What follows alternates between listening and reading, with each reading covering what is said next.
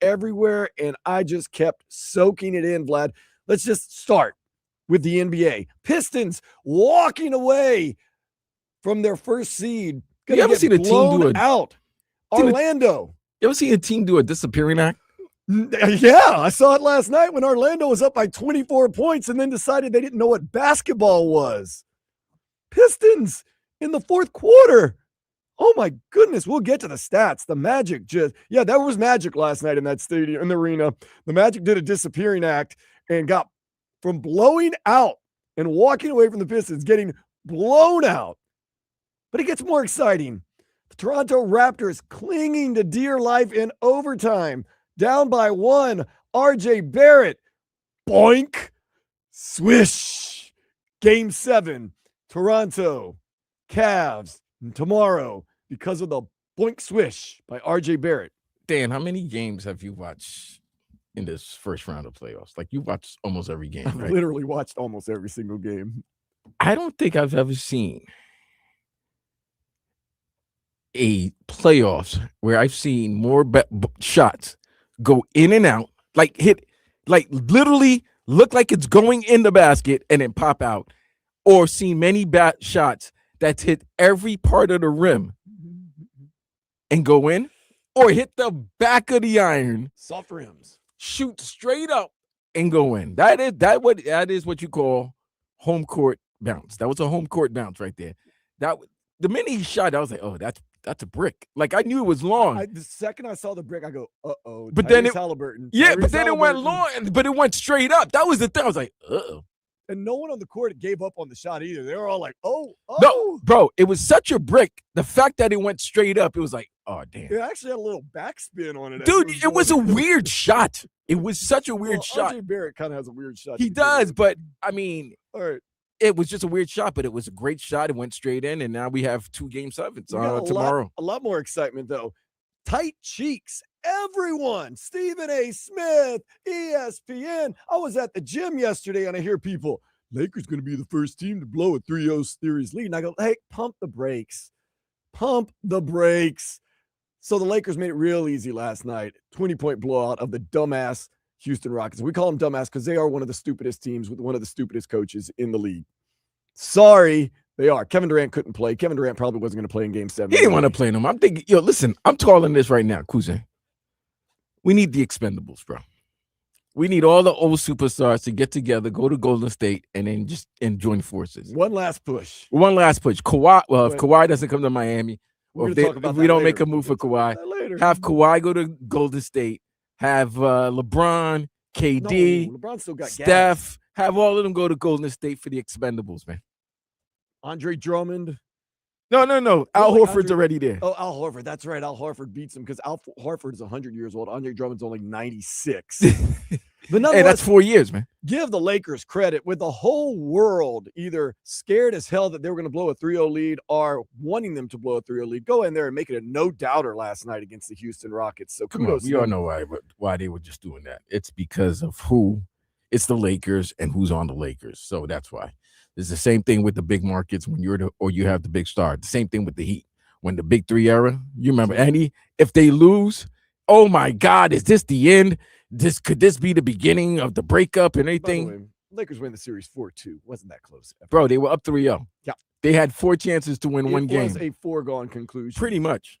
When a team in the NBA playoffs gets up 3-0.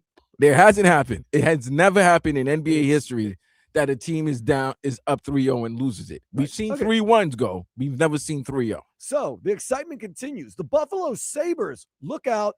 19 years since they've won a playoff series. Go in there, take care of Boston 4-1. You watch that Tampa Bay Lightning, Montreal Canadiens series, 0-0 for an eternity. You talking about squeaky cheeks? Oh, yeah. These game 6s of the NHL Stanley Cup first-round playoffs. Stanley Cup playoffs in the first round. You talking about squeaky cheeks. That Philadelphia-Pittsburgh 1-0 overtime. Last night, Tampa, Montreal. Was it Tampa, Montreal? Tampa, Montreal. 1-0. Tampa.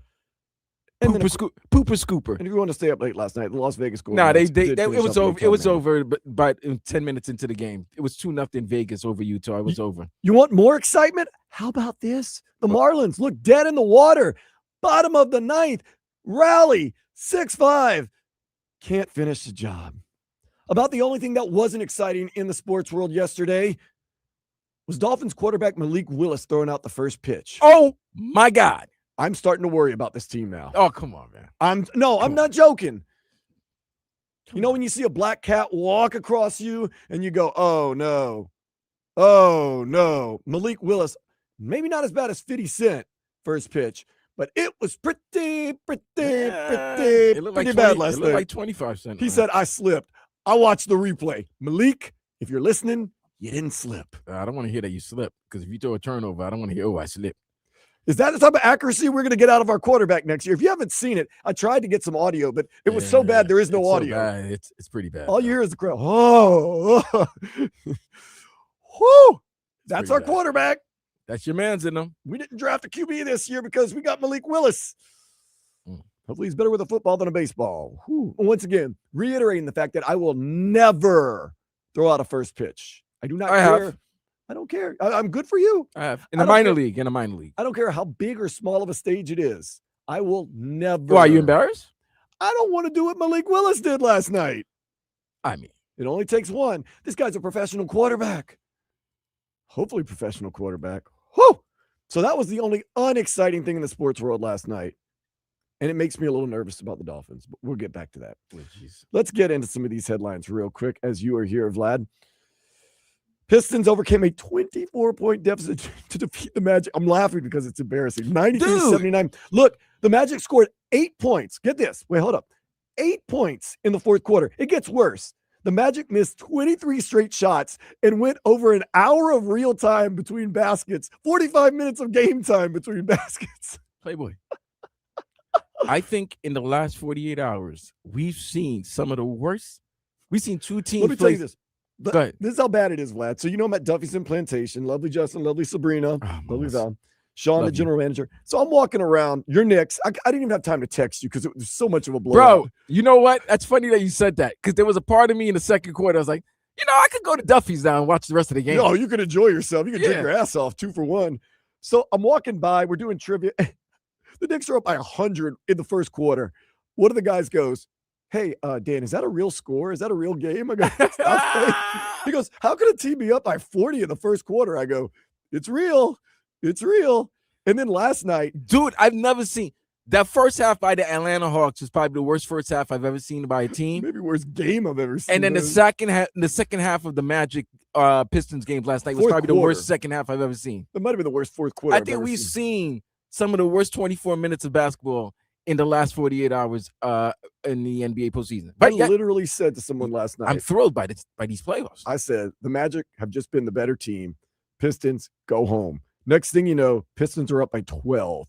And I wasn't drinking. I was like, is there something in my juice? Like, there's got to be something wrong here. There's no way. And you know what's going to happen tomorrow, right? Oh, the Magic are going to win. Exactly. Absolutely. It's that stupid because everybody's expecting Detroit to win. They're demoralized. Yeah. They got the home court, they're the number 1 seed, and then watch Orlando actually play very well and somehow pull up a upset victory. Another minute, I had to check my juice. We talked about it. That RJ Barrett brick 3 in overtime, down by 1 as the Toronto Raptors push a game 7 against the Cavs, 112-110. And they were showing the Kawhi Leonard hitting the buzzer beater against the 76ers a couple years ago for Toronto. Toronto, those rims are kind, man. Game 7. I don't know who's going to win this series. And then the Lakers. You know what? Kudos. And we've kind of come through this. I think most people have come around on LeBron James towards the, as I say, winter of his career. Of course, because they realize the money train's about to leave. And people like him now, and they are tired. They're tired of complaining about him and doing all this. The Lakers, no doubted, Rockets team that everybody seemed to be like, oh, you better watch out. First team to ever come back from a 3-0 deficit, even though they don't have Kevin Durant. Shut up. Sit down. Go home. Very happy. I said, shut up. We got a game 7 tonight. I really can't tell you how this one's going to turn out. Celtics and the 76ers. That is a 7 o'clock game? 7:30? 7:30 is after the Derby. Yes, you got to watch the Derby at 6:57. 57. Yeah, something like that. Yeah, it was weird. I gotta watch one like 57 minutes of, pageantry. Like, I don't really care. They have the races all day. No, but I don't want to show up at Giuseppe's at 7 and miss the race. It's the fastest, craziest 2 minutes in sports. You show up at 7 and they actually run this thing on time, you're in trouble. By the way, I got so happy winning, by the way, just for the record. Winning what? Kentucky Derby. You won it last year? No, I got so happy. Oh. The horse is named So Happy. Oh, I'm sorry. That was just, Renegade. Renegade is the favorite. Well, the Puma is no longer. Whoop! That was one of my other picks, but that was my guy, but the Puma is no longer. Puma is out of the race. So read between the lines. You know what we're saying. Real quick, Buffalo Sabres, they won their first series in 19 years. Man, Dolphins, 19. Wish it was only 19. 25 years. They defeated the Boston Bruins 4-1. Tampa Bay Lightning, they got lucky. Game 7, they're going to play Montreal because they won 1-0 in overtime. They got the final game tomorrow, 6 o'clock. No games tonight, actually. There's no games tonight. You got Game 7, Canadiens and Tampa Bay Lightning tomorrow at 7, and Vegas Golden Knights. No, there's a game tonight. No game. Today's May 2nd, right? Yeah. Philadelphia, Carolina, second round. They started it? They're starting it tonight. NHL told me that there was nothing tonight. I'm looking at ESPN. It says Philadelphia, Carolina, 8 p.m. on ABC tonight.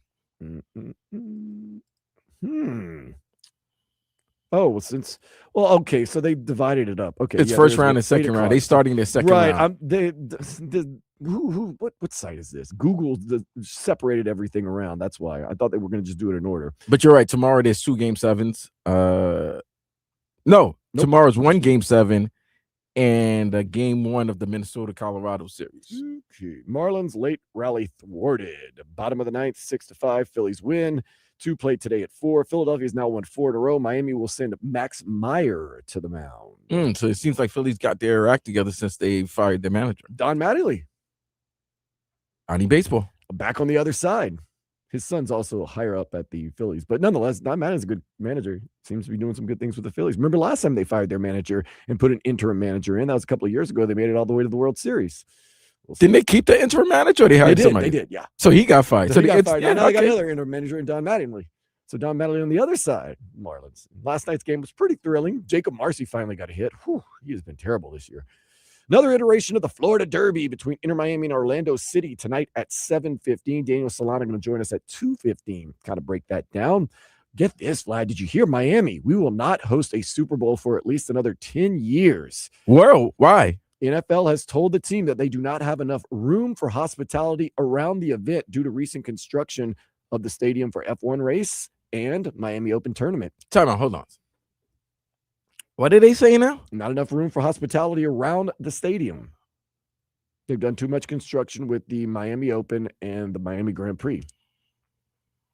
That's an interesting question. Does does Stephen Ross care for the Super Bowl because it's a rotating every 4-6 year type of event for them to get?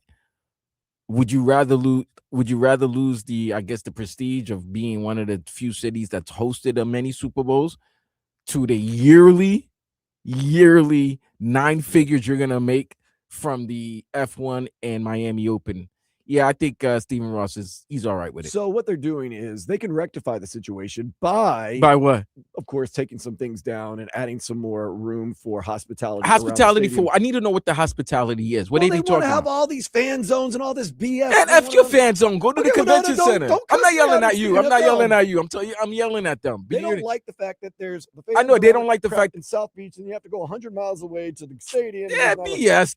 That's so untrue because it is true. No. I'm gonna tell you why. I don't want to go to a Super Bowl where there's not a lot of stuff around. And be honest, there's not a lot of stuff around the Dolphins stadium. Dan, guess what? Every Super Bowl that you go to, the parties are not next to where the Super Bowl is. Yeah, but if you go to guess what? Arizona, they go to Glendale all the time. Glendale's not next to Phoenix or Scottsdale. But there's room for them to set things up. So there's not. They got to go. They got to drive. It's not things that you could set up there. So the thing is, the Dolphins can rectify this situation by making some adjustments. Don't adjust anything. But the thing is, I think Stephen Ross is happy making. Yeah, don't adjust anything. Miami Open and the F1 race. If you ask me, don't adjust anything. Personally, I would prefer the Super Bowl being here every couple 5 years. Of course, we got the F1 race this weekend, and it's going to be tomorrow, the final race. And I know there's the huge F1 fans, and I know traffic has been kind of weird, and I know people go to the F1 race, and I know that Miami Open is really big. And financially, probably having a yearly income from 2 events is bigger than one Super Bowl every 5, 6, 7 years. So, and it seemed like the NFL loves the West Coast anyway. Like, here's another stupid thing for saying that there's not enough. There's not even enough thing in LA at SoFi. They're telling Miami they do not have enough recreational areas and hospitality areas around the stadium. Yeah, whatever.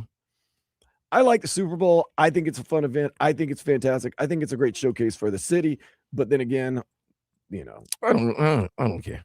I do like a Super Bowl. I don't care if that's the reason why. If they're saying that, if that's the reason why they're not bringing it to Miami, that's a stupid reason. They do want to be in Miami. They said they want to be in Miami. The weather and the fans like. But you can't tell a man how he makes his money to start. Well, if you want the Super Bowl, you can't tell a league that if they don't want to bring it there, that you can't bring it there. I think it's fair. No. Okay, if they don't want to bring it there, they don't have to bring it to Miami. Right. F them. No, I don't say F them. I want the Super Bowl here. F them. Unless it doesn't matter unless my team's in the Super Bowl. So F them. I don't care. I have fun. Like, how you gonna do? If I'm Stephen Ross, I'm making 9 figures. No, I'm making more than 9 figures because I got 2 events every year. That's what gets back to Stephen Ross, and that's what a lot of Dolphins fans are upset about. Stephen Ross is that he treats it more of a business than a baby. No, he treats it like a. What do you mean treats it like a baby? When the man was spending money, nobody was caring when he was spending money. Treats it more like a business than a baby. More like. I didn't say he doesn't. I said more like. That's what some fans have told me. I will tell you that. A lot of fans say that. He treats it more like a business than a baby. I think it's 50-50. So by their explanation, when they say he treats it more like a baby, how do they want to treat it then? He wants to. People want him to treat the Dolphins like it's the end all be all. Please. I'm just saying. Please. I made my money before buying this team. You know what I'm saying? Like, come on, common sense, people. I'm not getting into an argument about I'm not arguing with you, bro. We're conversing. Why are you getting like are you the voice of the people? I'm not the voice so of the then people. Okay, I'm just telling you that that's what the people are saying. They're dumb. That's it. I'm not calling you dumb, so don't get emotional about it. But don't get sensitive. But that's ridiculous. I don't care either way. You know what I mean? That would be like somebody telling you can't do trivia. You just can work radio all the time. I understand. That would be their opinion. And you would think you're out your damn mind. I'd say, hey, look, you can believe what you want to believe. It's okay. Look, the Dolphins aren't going to host a Super Bowl for a while because the NFL doesn't like their setup. That's basically the end of the. Yo, Boss Ross, keep making that F1 and Miami Open money. F1 going on, man. You got your guy winning the poll, as they say. Lando Norris won the poll. Right. Now, remember, he came in second last year. He has won in the past. Last year, it was Oscar Paistri that won. So we'll see what happens this year. We did say the Kentucky Derby is going to run around 7 o'clock. Get there early. I don't want you showing up at 7, which I'm going to probably do, and miss the race by a minute or two. Renegades 4-1, by the way, to win. Favorite. Damn. You want some more? The Canes baseball team played 2 yesterday because of inclement weather coming in tomorrow. They split it with NC State. They won game 1, 11-9. They lost game 2, 13-6. The final game of the series is tonight at 7. Oh, it's supposed to rain tomorrow. Yeah, it's supposed to be pretty bad tomorrow. Are we going to have to race then? I don't know. We're going to have to wait and see. I don't know if they I'm not a huge F1 fan, so I don't know if they race in rainy weather. Maybe that's caution. Not the way they go. The way. Speaking of, we're a little running behind. Let's go ahead and get into the day spa. A 23-year-old German man broke a record figuring out a Rubik's Cube in 23 seconds, all while skydiving.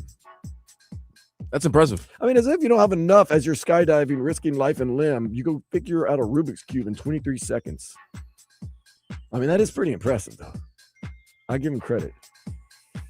I'm not gonna hold you. Rubik's Cube about skydiving. Yeah, that's pretty impressive. Never even come close to figuring out a Rubik's Cube. Never been skydiving. So that guy's got me beat in a lot of areas. Well, either way.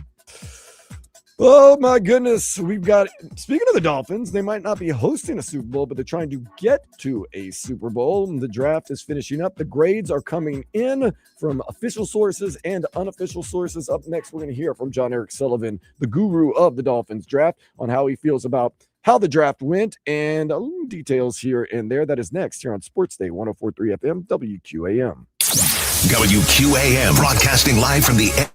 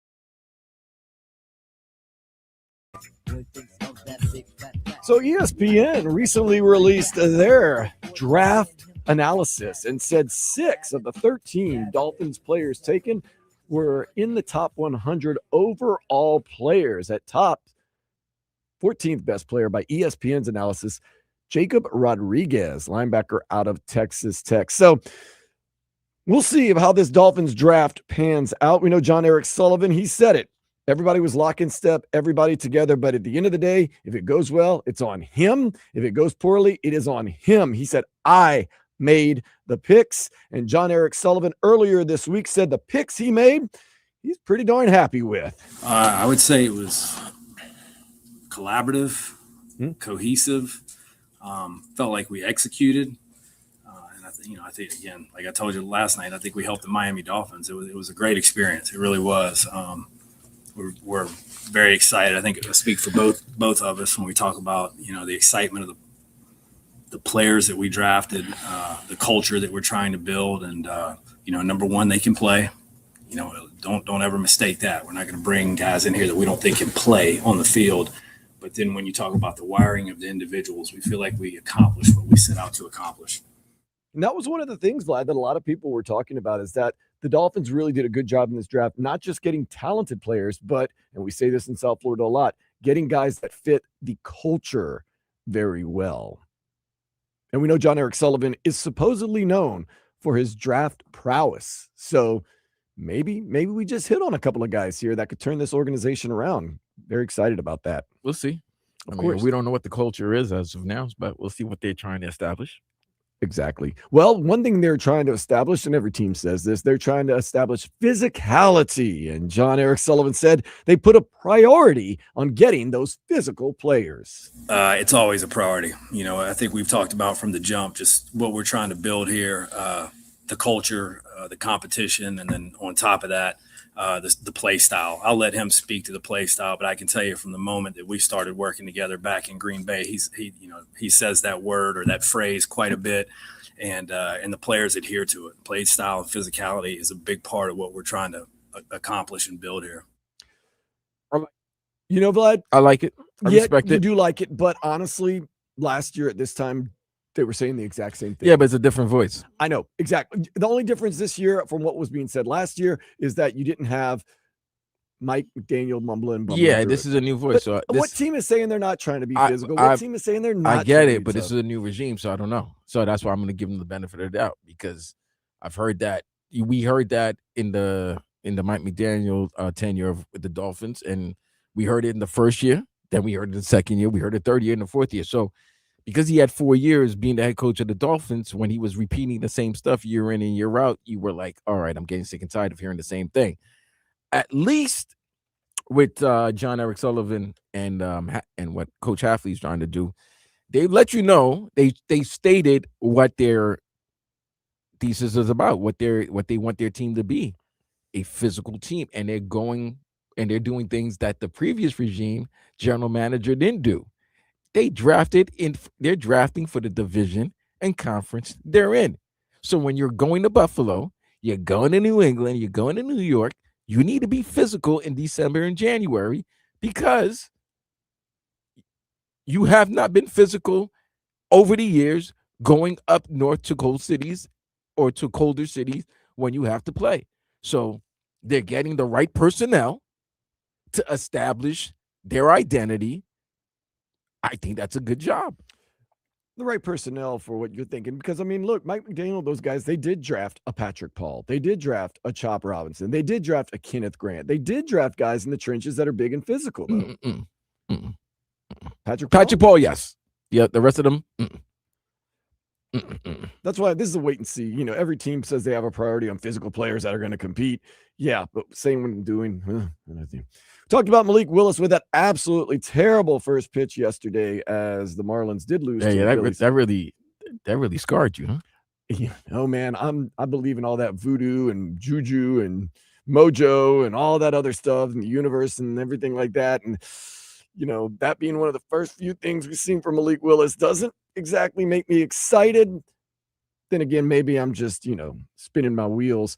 Nonetheless, one of the questions that you do have to ask Jon-Eric Sullivan, Jeff Hafley. They did say one of the first things they did say when they came here to Miami is that they were going to do it the Green Bay way. They were going to introduce competition into the quarterback room. And every year, or at least every other year, they're going to draft a quarterback. And lo and behold, in the first year, they did not draft a quarterback. So Jon-Eric Sullivan must explain why there was no QB taken in the draft. I did say that, and it came up a couple times throughout the course of the weekend. We felt like the better option was the other pick, just a chance for a guy to get on the field and help us this year with where we are as a roster. But the conversation happened multiple times. I'm certainly not backing off what I said initially. We will take a quarterback every year, every other year when we have the opportunity. But the way that it fell this year, and part of that is we like our room. We're happy with Malik. Quinn is doing a good job and will continue to do a good job. And we like our number 3 as well. So we're in good shape there. And just the way the board fell, it didn't work out this year. But, we'll take one next year, if not the year after that. I'm 100% in line with that. This Dolphins team has a lot of holes they needed to fill, Vlad, and they kind of already filled the quarterback position with Malik Willis, or they believe Malik Willis. Why go out there and get another guy that might have to just sit a year and can't make a direct impact while you can go and get somebody that you need to fill a position you need right away? So I'm totally on board with them not taking a quarterback this year in the Miami Dolphins draft. It's also not the thickest not the thickest quarterback draft. It wasn't. So don't reach. Yeah, I'm not upset at it. I thought it was the right move. At first, I was like, well, you always say every year, but if you don't feel like there was a year where there was a quarterback to be drafted, then don't do it. Don't waste a pick. Right. And you have Malik Willis, who you believe in. You have Quinn Ewers, who's still on the rookie contract. He said he likes his number 3, meaning he doesn't know the guy's name. So you got to keep that in mind. Nonetheless, I thought it was a very actually prudent move by these guys that they already kind of fulfilled what they needed this year. They did technically take a quarterback this offseason. They just didn't take him in the draft.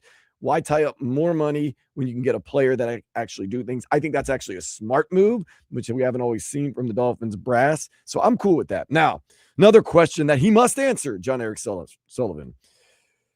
We got to that 11th pick, and then you traded down, and it got to that 12th pick. There were 2 guys on the board that you really could have used because we need help at edge rusher, especially one guy from right here in South Florida. Nonetheless, they took Caden Proctor. Jon-Eric Sullivan, you must explain why you took Proctor over Reuben Bain Jr. or Zion Young. I want to make sure I'm being very clear here. Those other guys that you mentioned are very good football players, and the Dolphins would have been lucky to have them. But, yeah, it is a best player available approach, and there's a lot of conversations that go into it.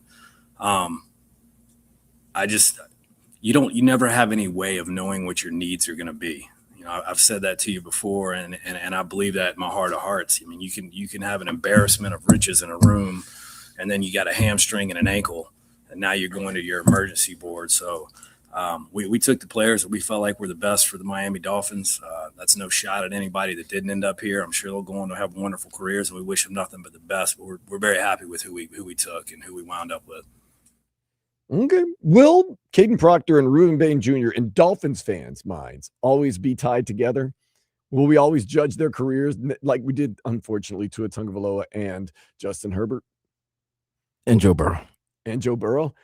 Well, and Jordan Love. We couldn't have gotten Joe Burrow. Jordan Love, that's another one, yeah. Oh, you could have had Joe Burrow if you had just lost. Oh, if you'd have lost. But in the draft, you didn't at that point have the Well, then once you were 5th, you could have had the guys after him. You could have had Jordan Love. You could have had Jalen Hurts. Could have had Jalen Hurts. You could have had, of course, Justin Herbert. But yeah, I mean, as a Dolphins fan, I got to. I'm sorry. And I mean, I know Jon-Eric Sullivan, he's not exactly shying away from that, but I will always look at the production between Caden Proctor and Reuben Bain Jr., and I will always compare them and say, which was better? Now, I thought about this the other day as I was walking down the street. Is it that Jon-Eric Sullivan, Jeff Hafley are new to Miami? They're not so entrenched in the culture and the society that they were able to kind of just pass on Reuben Bain. Maybe that's exactly the point. If they'd have been here for like 3 or 4 years, maybe they would have been like, well, we've watched. They would have been that if they were here for 3 or 4 years, they would have never been part of Green Bay. Which is why they don't have. That's why they didn't have any. They have no. They had no allegiance or any like ties to making sure this happened. Now, if that was Mike McDaniel and Chris Greer, that was the regime before, there would have been a lot of pressure on them to do it because, one, depending on how we've seen how the seasons have, the last 2 seasons have ended for the Miami Dolphins. So they would have needed something of an act of good faith. And that would have helped a lot. Absolutely. There's no ties. Hafley and Sullivan doesn't have ties to down here as of yet. They don't know what Ruben Bain did to help bring back the University of Miami. They know what he did. Obviously, they saw film, but there's no allegiance. There's no connection. There's no connection. Yeah. There's no ties. We saw him week in, week out in the Miami Hurricanes, what he's done, what he means to the community. Right. Like those guys share the same stadium with them. So like you could tell, like if there was a home game on a Sunday, they might be watching the game on a Saturday. If the Canes are playing a home game Saturday, Dolphins playing Sunday afternoon, they might be at a Canes game. Right. Where they could watch and then really take a look. They can talk to Jason Taylor a lot. They can talk to these guys, but you know what I mean? It's not the same. Like Jason Taylor can go to Baptist Health anytime he wants. Go in there, check on the team, check on his players, the franchise, and they can talk. And they can talk to him and be like, hey, I see you coaching some guys out there. Hafley and Sullivan doesn't have that. Right. And it's kind of like whenever you move to a new community, like someone that would move newly to Miami or South Florida, they don't know 305 day. They're just like, oh, it's a celebration. Okay, what about you? But they're not as ingrained in the community. So I think it made it, when I say easier for them to pass on to Ruben Bain because they don't have that connection. They don't have those roots. They don't understand Ruben Bain coming from, I want to say Miami Central High. And, he's Haitian and he's done so much for the U and he's been so loyal and he's such a big part of this community and the football community. They just see him as just another player and they evaluate him as such, which for better or for worse. Now, sometimes that works out. Sometimes that doesn't because there is those times where those hometown guys get drafted by their hometown team and show out. And then there's your teal greens. Teal greens.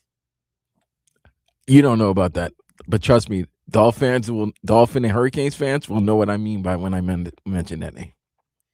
Okay. So that's one of the things. It's going to be interesting to see. And, and I know it's comparing apples to oranges because one's going to be an offensive lineman, whether he plays right tackle, whether he plays right guard, whether he plays tackle guard. They said they're going to try to play him all over the place, but he's probably going to start at guard next year.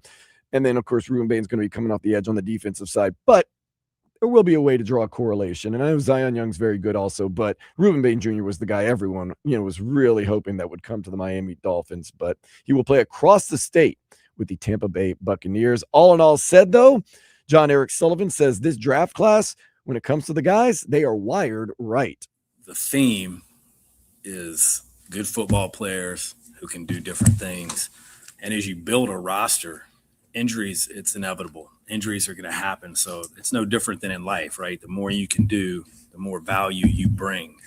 And that was kind of, that's been our theme all the way through. Let's just collect as many really good football players as we can who can do a lot of different things, throw them in the mix, and good things will happen. That are also, I know you guys are tired of hearing me use the phrase wired right, but that are wired right, that love what they do and are passionate about what they do and have leadership skills and physical and mental toughness. And you're not going to go wrong that way. You can win with that mindset and win with that process. I believe that in my heart of hearts.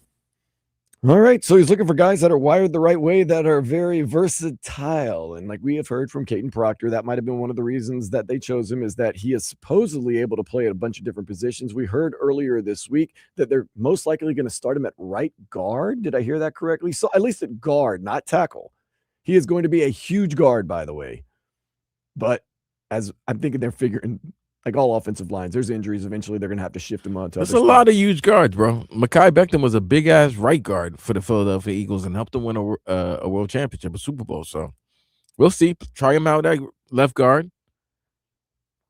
and then once he gets the handle of the NFL, maybe you can move him to tackle, right or left, either way. But the thing now is they want multi-purposeful linemen, guys that you can move all across the line, and they're capable to fit in and play immediately. And we know at the college ranks, because Mario Cristobal tells us all the time, and the pro ranks now, what they do is they cross-train everybody on the offensive line. Nobody plays just one position. They play a bunch of different positions because they understand there's going to come a point, most likely in every season, because everybody gets hurt. You just heard it from Jon-Eric Sullivan that, guys are going to have to be shuffled around. So we shall see what happens with Caden Proctor and the other draft picks. Now, we do know on the defensive side of the ball, everyone seems to be in love with Texas Tech linebacker Jacob Rodriguez. He was mentored by one Zach Thomas. Zach Thomas said Jacob Rodriguez, was the best linebacker to ever play at Texas Tech.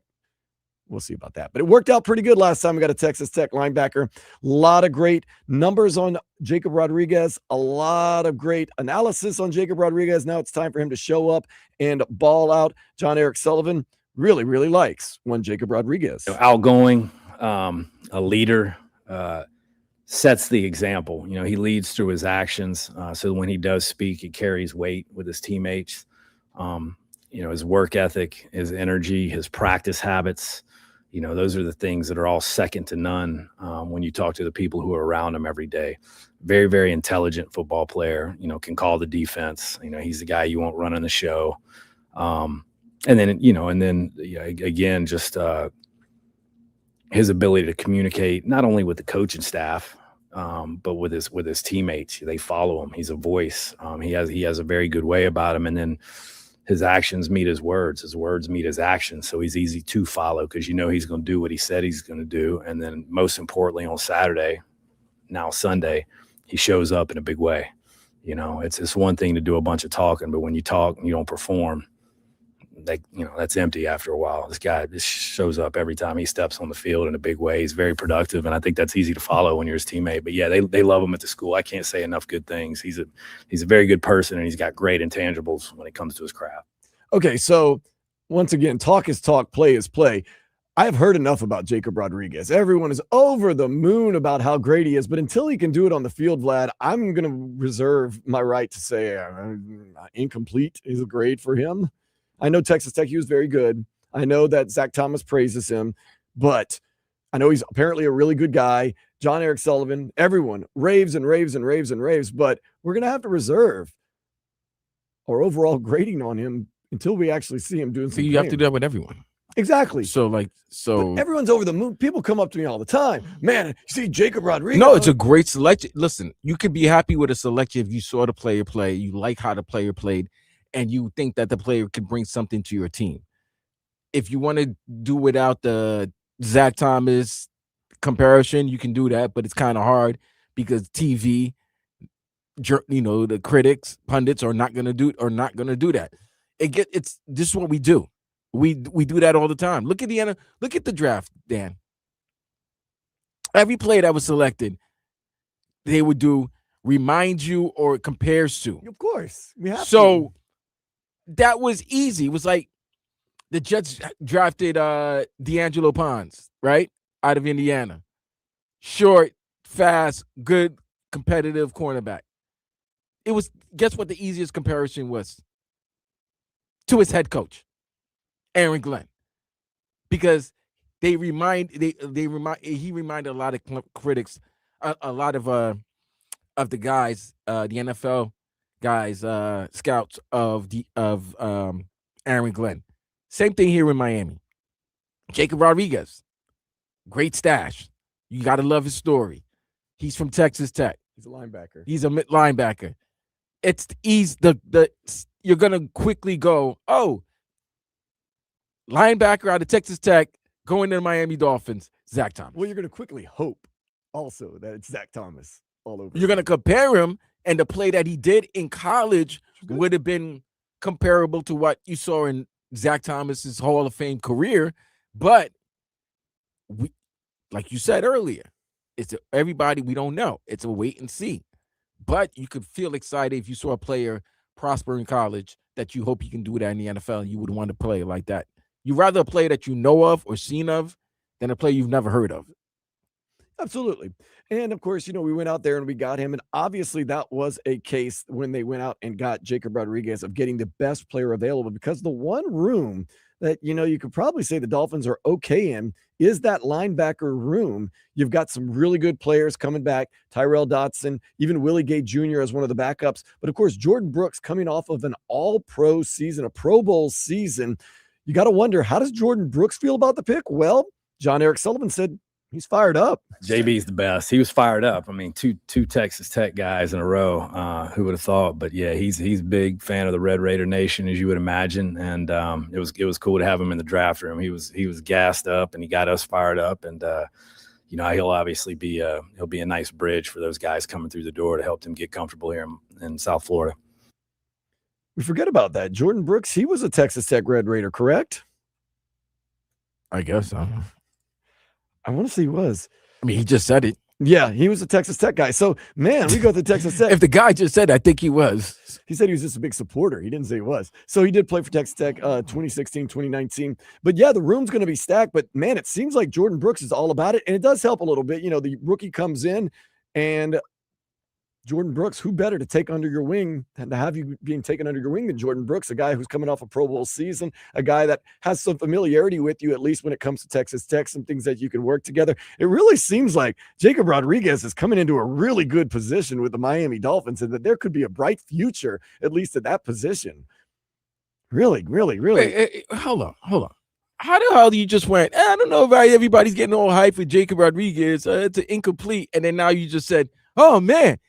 Like, yeah, he's coming into a good position. I didn't say that he's going to be all pro. I said it looks like more and more that he's coming into a position that's very good and very advantageous for the Dolphins and for him. Incomplete, nonetheless. I admit, incomplete. But is it not a good position to come into? They stink. Anything's going to be a good position right now. But he's got Jordan Brooks, and you might think Jordan Brooks, this rookie could do the Aaron Rodgers thing, like, who the hell is this trying to take my job? But they both went to the same college. They have kind of some ground. They can work together. You can take him under his wing. It's already a pretty loaded room, so there's not going to be a lot of pressure on Jacob Rodriguez. I think the situation is very good. Now, I don't know what Jacob Rodriguez will do with that or if he will perform well, but I do think it's a good situation. And to hear that Jordan Brooks is fired up about it and not angry about it, at least to hear that is good. Y'all need players, man. Hey, that's one thing the Dolphins need is players at every position. You guys need players. But the linebacker room is one of the stronger rooms with the Miami Dolphins, at least right now. We know that. And Jacob Rodriguez going to be under the tutelage of some very good guys in Jordan Brooks, who's also a Texas Tech Red Raider. Also, Tyrell Dotson, Willie Gay Jr. Not too bad. We shall see, though. Once again, got to do it on the field. That's the main thing. Coming back, going to get you caught up, everything going on in and around the sports world. This is Sports Day on 104.3 FM WQAM.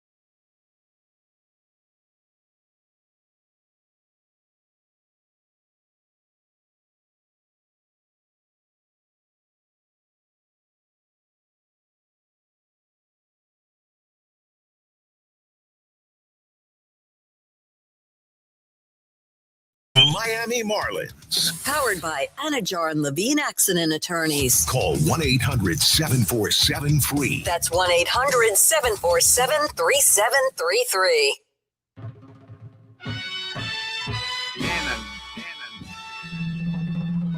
A couple things stood out last night in the wild, wild world of sports.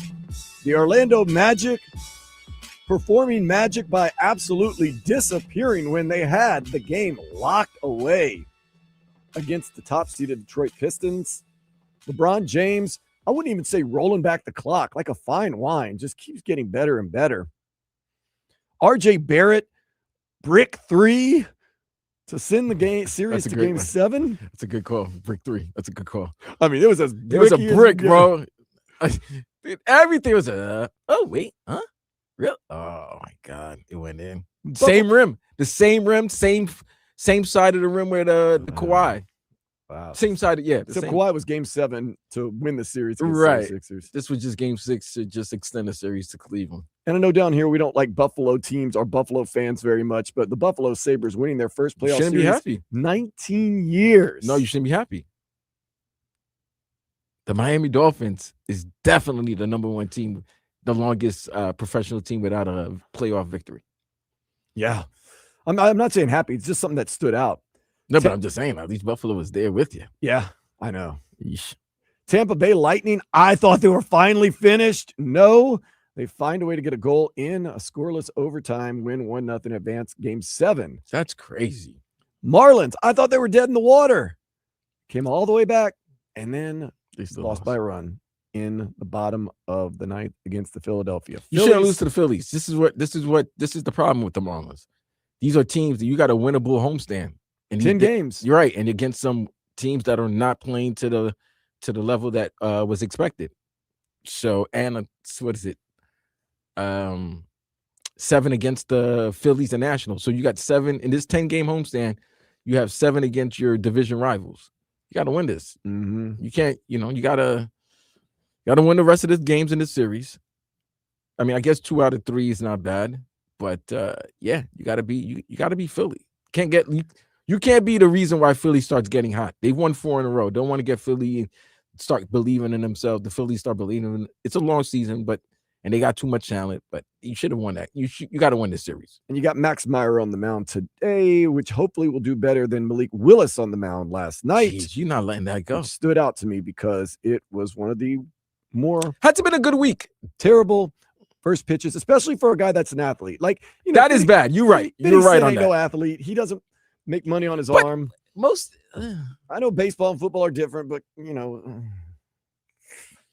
but it hasn't been a good week for first pitches. The Mets, if you saw the Mets a couple of days ago, they had like I don't know if there was the figure skating team, the US figure skating team, but they were trying to throw, and it was a complete mess. It was like a lot of one guy was holding a lady and she was throwing the first pitch while being held. And then somebody was catching while being held. It was one of those, bro. It was ridiculous, but yeah. Nonetheless, I would rather see Malik Willis throw out the opening pitch than watch a Savannah Bananas game on TV. Oh, you'll be watching one tonight. I know they're all over there. They're playing like the Texas. And there's nothing on TV other than Game 7. A lot of people watching that 76ers Celtics game. That's for sure. So those are the things that kind of stood out in what was for the most part a very exhilarating night. Never been ever in sports 6 game 6 is being played at this on one day. Whew, that was exciting. Of course, a lot of people jumping in on the text and the Twitch 305-567-0560. You can also jump in, like I said, on the Twitch and YouTube through that is at 104.3 FM WQAM. 561 says, well, Austin Jackson will be hurt, so Proctor will get his chance at tackle. Yeah, that's messed up, man. Yeah, I know. Well, could be true, Hammer. It could be true. We talked about how the how the Dolphins most likely will not host a Super Bowl for 10 years because the NFL has let them know they do not have enough entertainment area outside of Hard Rock Stadium. That's such BS. 561 says, I'm sorry, 954 says, Vlad, 100% agree with you. Ross spent several hundreds of millions of his own money out of his pocket for the Fins franchise to be viable. Tons of monies. You know why I don't believe that? You know why I think it's such BS? The national championship was here last year. They didn't have no problems having these both Indiana. I mean, obviously, University of Miami fans live down here. They had no problem with Indiana fans coming down. Indiana fans had no problems traveling from South Beach to Hard Rock Stadium. There was no problem by the city of Miami helping with transportation to get these people from around and stuff like that. That's ridiculous, bro. 561 says the F1 and tennis matches are more important to area because of the time of the year. We don't need more tourists in the first week of February. Hotels are already full. Get out of here, Mike. Basically, what you're just saying, you want to stay in the West Coast. You love Vegas, just say Vegas. Just be like the WWE and just do your big WrestleMania, your Super Bowls in Vegas. That's all. It's cool. Vegas and LA. You just want to be in the West Coast. You know where SoFi Stadium is? It's in Inglewood. Yeah. You know where all the parties are? Hollywood. You know how far those are? They're not, yeah. In LA traffic. Yeah, Vlad, you are overlooking the one thing that controls everything that everyone does, especially the NFL. Who? Is money. It's they money. Can get corporate sponsors outside the stadium to pay millions and millions and millions of dollars, and the more space they have, so can outside of the F1. Stadium. I'm just saying, the NFL doesn't care about F1. The NFL doesn't And care about anybody. Steve the Ross, NFL doesn't care about their own players. What makes you that's think true. they care about Steve Ross. anything else? Steve Ross gonna say. Steve Ross said, "You know what? You go make your money. I'm gonna go make my money." And that's what I'm saying. I don't care. Nobody gives a rat's ass. I don't care. What's good for the goose is good for the gander. I don't care. Vlad's taking Stephen Ross's side. I am definitely like you're. I'm not taking anybody's side. Fam, I've done mad stuff for you guys. I've renovated my stadium to host a Super Bowl in 2020. Remember that? I've done a lot to change to make it feasible for you guys to throw a Super Bowl here. Nobody's ever in their life has ever had a problem with a Super Bowl being in Miami. There's a few cities that Nobody, and there's guess what? Not every city you can guarantee beautiful weather in January, February. There's only one city you pretty much can guarantee that. There's a few cities where you should that usually have been a part of the rotation and should be a part of the rotation every 5, 6, 7 years. Miami's one, absolutely. They trying to, you know what? They're trying to X Miami out to put Vegas and LA in. That's what they're doing, bro. The cities should be Miami, New Orleans, Los Angeles. You don't have San Diego anymore. That's why Los Angeles is taking over for San Diego. So Los Angeles taking the reason you do that is because you can number one tradition, especially with Miami and New Orleans. Both cities have had 11. Hold up. You've been to the city of San Francisco? No, I'm not. You haven't? No. I've heard bad things. That's why I'm not going. So they gotta tell me San Francisco is way better. Yeah, I didn't say that. I didn't say. Well, no, but think about it. They had a Super Bowl in Santa Clara. Santa Clara is nowhere near San Francisco. Well, I'm not saying San Francisco should be part of the rotation. No, but what I'm saying is they're trying to say that there's not enough hospitality tents for them to do things. And I'm like, huh? Like there's other places that you throw Super Bowls where what you're trying to do, you know, for the fans and having the fan experience is not going to be next to the stadium. It's going to be at a convention center or some sort of place, a convention center, whatever, that you're going to be able to do it. That's out away from the stadium. But to tell that he needs to take away some stuff, seems to me you're upset that F1 is creeping on your territory or Miami Open. Get out of here with that. The NFL wants what it wants. I mean, I do like the Super Bowl. It is fun. Yeah. No matter who's in it. I always enjoy it. It's a corporate event. Get out of here. No, I'm talking about the lead up to it. You could have great lead up. The lead up to the Super Bowl is great. Nobody, and that's the other. You know what? I'm not even. Whatever, man. Don't worry, Boss Ross. You keep doing what you're doing. I wish we had the Super Bowl.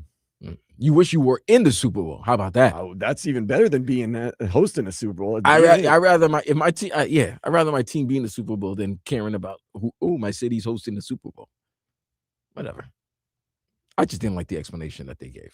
They were just up because you're upset because he's making money off his other endeavors.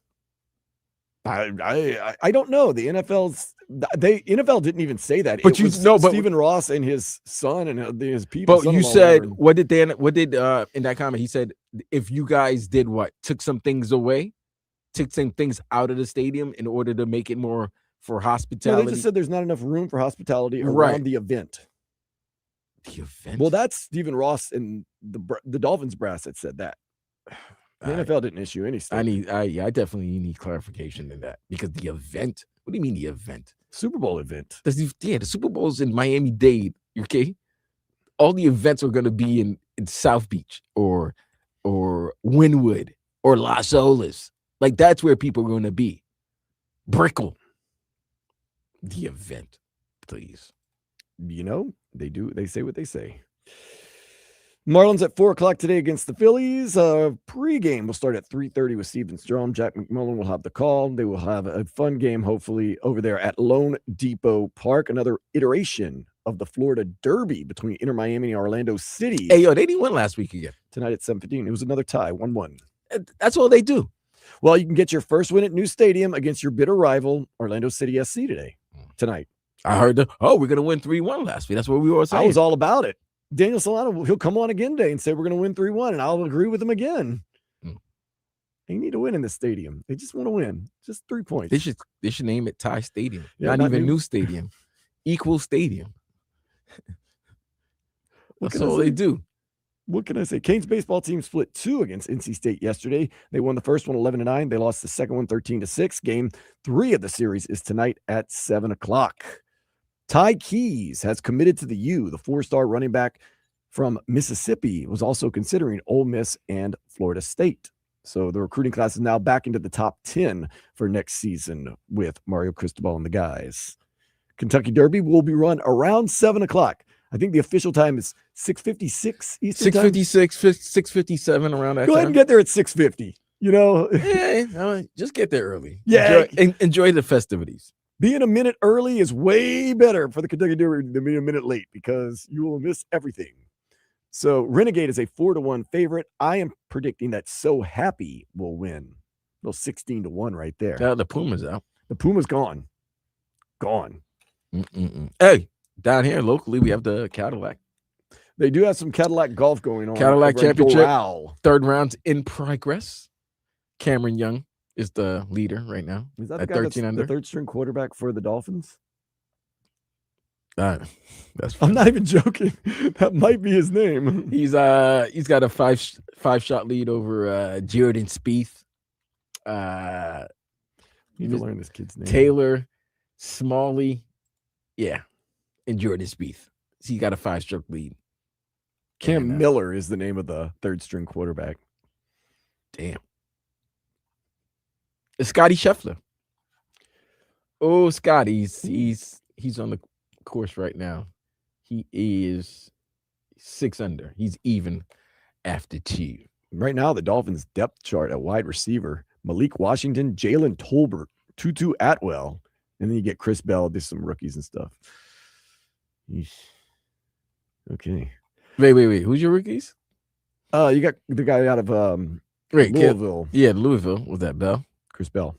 And then wasn't there another receiver from Yeah, Texas there was Tech another or guy something they like got. that? Texas? AJ Henning, maybe? Jeez. I'm looking at this depth chart. It's got a lot of it's like the Swiss cheese, man. A lot of holes? A lot of holes. Still early though. We'll figure it all out. Sure. Brady Tkachuk, he addressed rumors that he might get traded from the Ottawa Senators. He's not happy with that.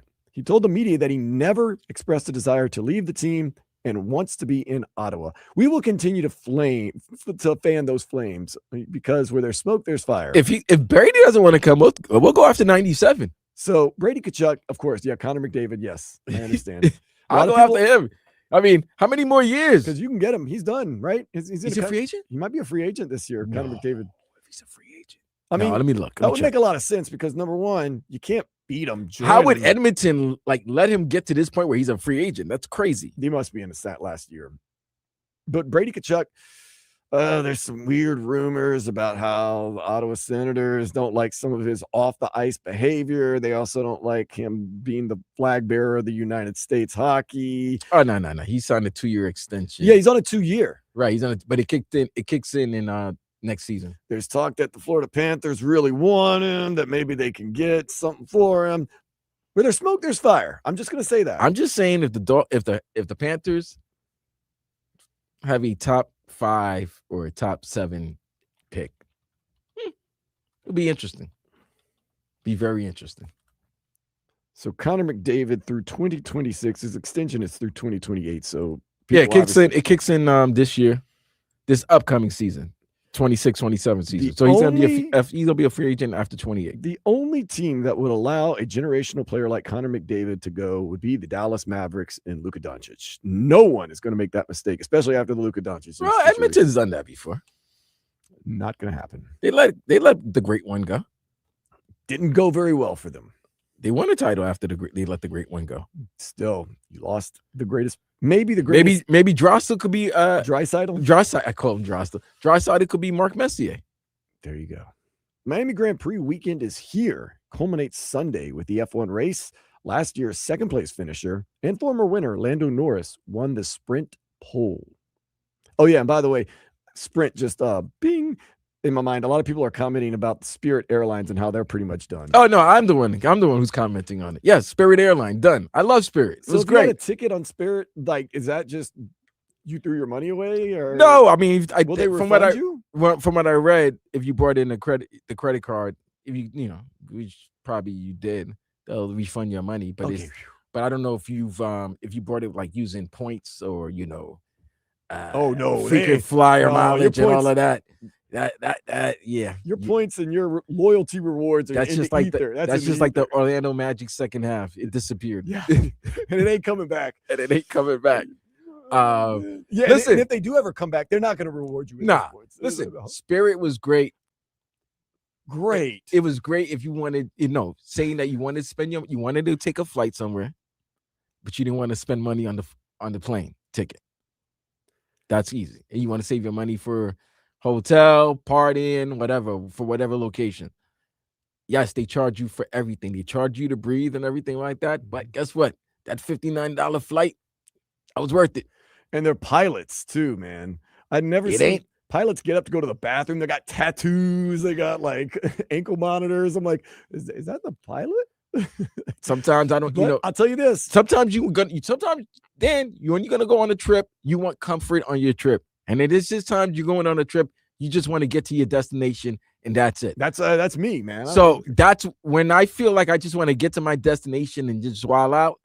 Spirit was there. I will say. Now, if I wanted to, enjoy I'm definitely booking my flight with another airline. I will say, if you want to compare Spirit to Frontier, they're the same. No, Spirit is a luxury liner compared to Frontier. They're the same. They're like Frontier is bad. They're like long lost brothers. No, Frontier is they're long lost twin brothers. Frontier is the ex-con brother of Spirit. Spirit's like, I got a job. I've been working hard. I'm trying to stay out of trouble. Frontier is like you call Frontier Wallow?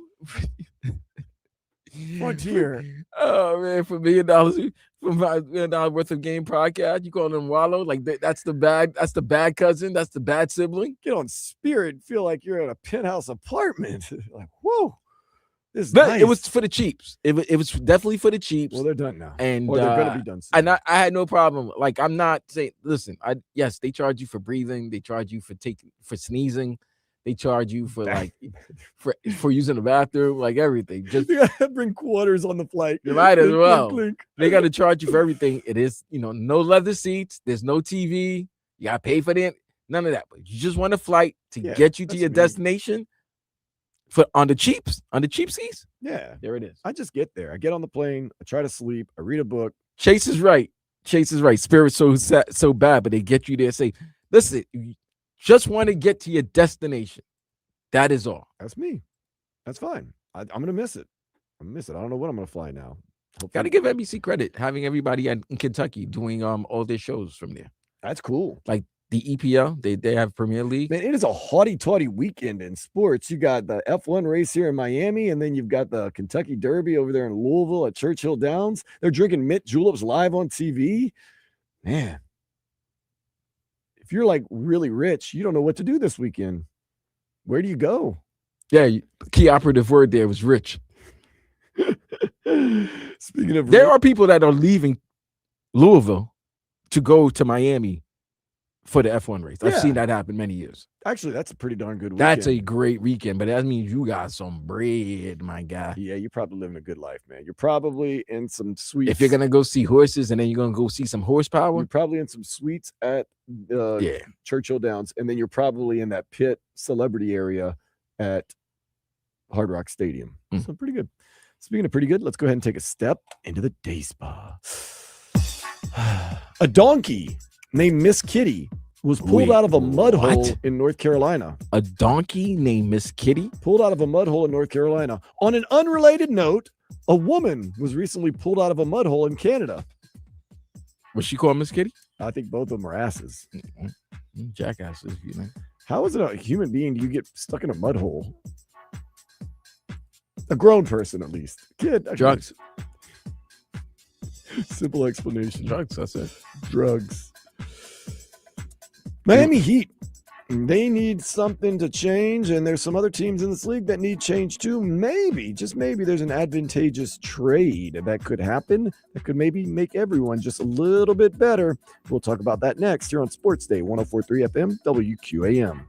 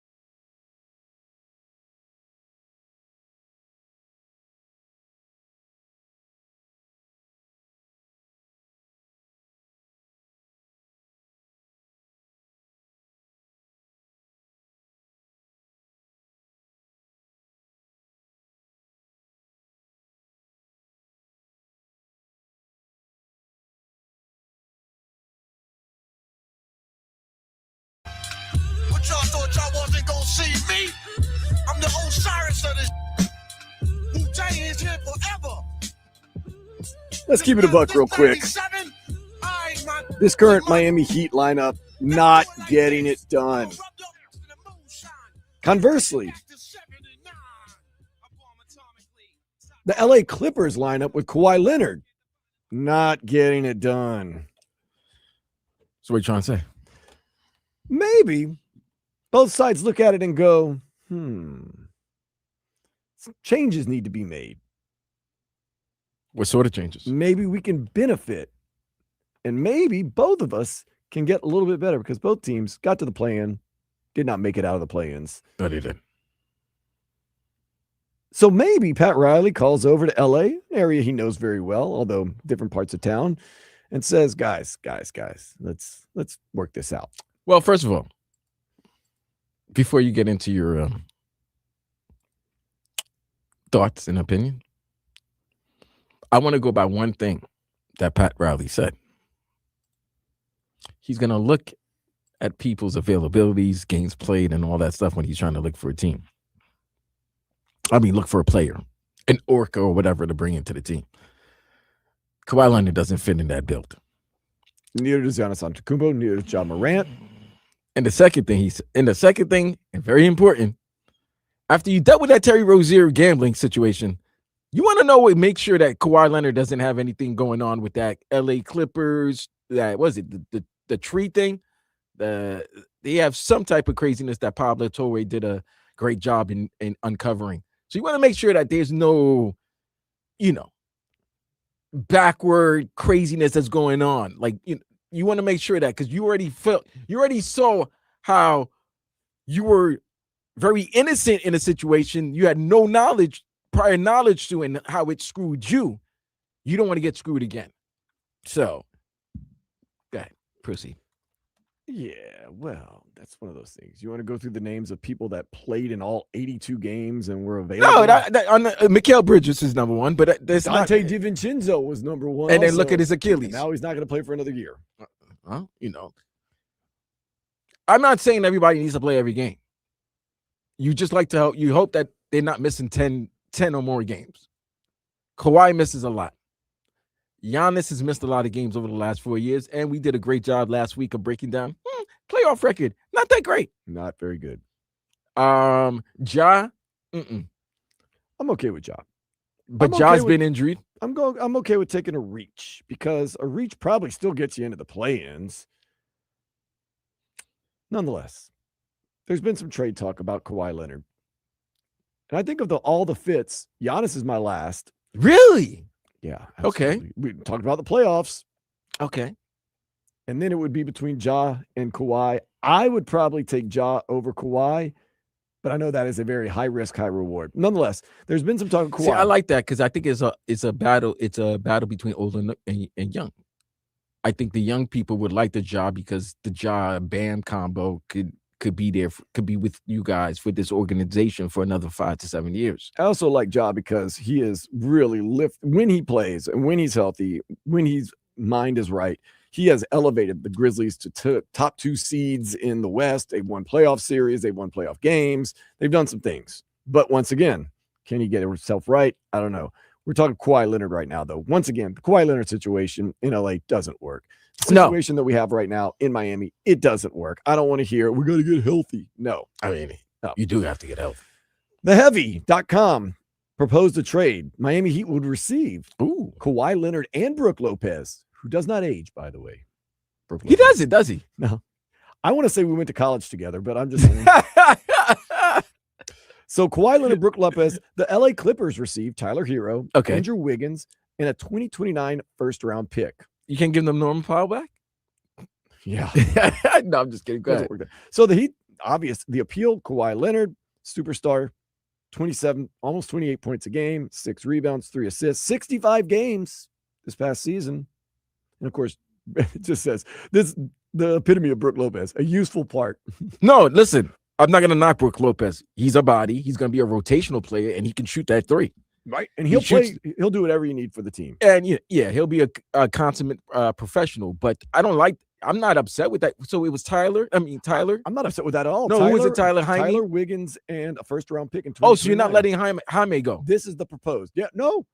Tyler Hero, Andrew Wiggins, and a 2029 first-round pick for Kawhi Leonard and Brook Lopez. Wow, Andrew Wiggins is really Jim Jackson. Yeah. But so they said obvious reasons why you take him. I told you Kawhi's number is 65 games last year. Why would the Clippers accept this trade? Well, they're invested in Leonard being the face of the franchise, but the experiment has worn out its welcome. That whole experiment's been it's never lived up to what it was supposed to. The closest they got was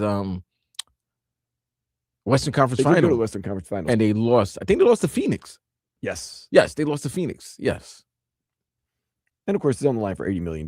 Well, here's something to throw a little water on it. Could Miami contend with Kawhi Leonard? Now, this is what the heavy says. I say yes. They say it remains unlikely that Leonard alone makes the Heat a contending roster next season. He doesn't. He doesn't. Not alone. Not him and Bam. They need another piece. And I know if you're thinking about Norm, they need something else. They still need a point guard. That's what they truly need. They don't even need a superstar point guard, Dan. They just need a steady point guard, a guy that can get them into their offense. And then, with 6 seconds left, you give the ball to Kawhi and let him do Kawhi things. If he was on the team. But I would still think even with Kawhi or even a Giannis, you still need another piece to get you over the top. Well, Miami Heat SI proposes a trade. This one sounds a little more down to earth than the last one. They would say that the Miami Heat received Kawhi Leonard and Chris Dunn. Good defender, good guard who can defend. He's not a good outside shooter, and he can't really run a point. Okay. Clippers would receive Tyler Hero, Andrew Wiggins, and 2 future unprotected first-round picks. Can't give up those first-round picks, man. I know. That's the thing. You're Can't marking give your up future. 2030, 2032. Nah, you can't do that. The way that the way time is moving, 2030 and 2032 will be with you within boom. Immediately. And then you're like, damn, what happened to my first round pick? Remember when we gave it up for Kawhi Leonard and his 35-year-old body? You're just mortgaging the future. That's a lot of future to be mortgaging with Tyler Hero, Andrew Wiggins, 2 starters, and 2 first-round picks. Unprotected, by the way. This is, of course, theorized. So basically everybody's seen that Tyler's going to get moved. That Tyler is a part in every single trade. That they're going to get. They're not re-signing Tyler. They're not going to give Tyler the extension, but so they're going to get something for trading him, some assets for trading him. A lot of them are, and we're going to other ones too. We're going to El Ballad. It's saying, once again, this is what it seems like the more logical one would be. Tyler Hero, Andrew Wiggins, 2 unprotected first-round picks, 2030, 2020, 2032, because you can't give back-to-back first-round picks for Kawhi Leonard. So basically, they're trying to say they don't expect Tyler Hero or Andrew Wiggins to be on the Miami Heat roster in October of 2026. And any trade for someone the likes of Kawhi Leonard, Giannis Antetokounmpo, or Ja Morant is going to require, it seems like, the framework of Tyler, Andrew Wiggins, and 2 first-round picks. That's what most teams are going to be asking for. There is a way out of this. Norm's a free agent, right? Yes. Yes. So, okay. There is a way out of this, though, Vlad. What's that? We can go to your guy. I don't even know if he's your guy. I'm just saying. Who's my Gilbert guy? Arenas. Oh, GA? Gilbert Arenas has gone on the record, which he often does, and says, don't worry about it. The NBA is going to find a way to fix the lottery coming up next Sunday to get the Miami Heat into the top 4 picks. I think he's right. They have right now a 4.8% chance of getting into that top 4. I believe he's right. I believe that, listen, we know this. When the NBA wants things to happen, they'll make things happen. The NBA was thrilled, thrilled last February after a great game between the Lakers and the Knicks. Luka Doncic was traded to the Los Angeles Lakers. Dallas was crying. The fan base was in shambles. Adam Silver was like, look, you scratch my back, I'm going to scratch yours. And with the number 1 pick, the Dallas Mavericks select Cooper Flag. How the hell did Dallas get a number 1 pick when they had very, very slight chances? But somehow they did. There's always a cold envelope. There's always an envelope to make sure a kid from Akron stays in Cleveland. There's always an envelope to make sure a kid from Chicago becomes the number 1 pick and plays for his hometown city in Chicago. And if there's somebody got screwed, the NBA is going to find a way to make sure that whoever got screwed is rewarded with something to ease the pain, or maybe, squash the pain, and then there's good faith and good relationships to go on. The NBA can't lose South Beach. The NBA can't lose South Florida. The NBA doesn't want to lose Pat Riley. The NBA doesn't want to lose Miami. Miami's going to get a top 5 pick. I don't want to guarantee, because I'm not The Rock, but I'm pretty confident that the Miami Heat will be drafting the top 5 next season. So, this June, not next season. If the fix is in, who said the fix was in? Just said, you scratch my back, I'll scratch yours. And I don't even have to use my hands. We use the scrub brush, the back brush. That's it. And Gilbert Arenas is telling you that. Listen, these players know. Players talk to execs. They talk to people within the league. They know that, yeah, Miami got screwed with the Terry Rozier situation. The league did them dirty by only giving them a second round.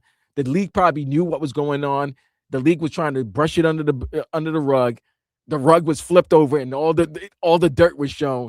Now the league is going to have to do right by Miami. That's plain and simple. And if they don't, then everything that a lot of people have been criticizing Adam Silver about is absolutely true. We'll see how that breaks down. But nonetheless, if for any reason, the Miami Heat get into with that 4.8% get into those top 4 picks, and they get the likes of an AJ DeBanza, Carlos Boozer, Darren Peterson, Darius Acuff Jr. I like him. And there's a kid That's from a point Houston. guard too, by the way. Yeah, and there's a kid from Houston. Huh? Wilson from Houston. Is he a guard? I think he's like in Kensley something. Or Kingsley? Kinston Flemings from Houston? Is he from Houston? Keaton Wagler? It's the point guard from Houston. Hold on. I'll tell you. I liked him when I was watching him play this season. Nonetheless, if you have one of those top 4 picks, most likely AJ DeBanza. I mean, he's the guy. He's Darren the guy. Peterson, Darius Acuff Jr. are the likes.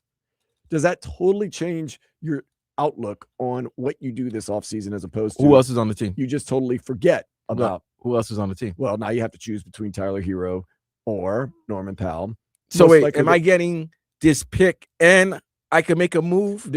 Yeah, I'm asking you. If you're Pat Riley, do you get the pick and try to make a move? Or do you pivot and say, I get the pick and I try to get one of these unhappy superstars that want to leave? So you go all in on that. You don't say, your fam, look, I got my future. I don't need to get one of these questionable superstars. Dan, I'll be in a position where I have my now and I have my future.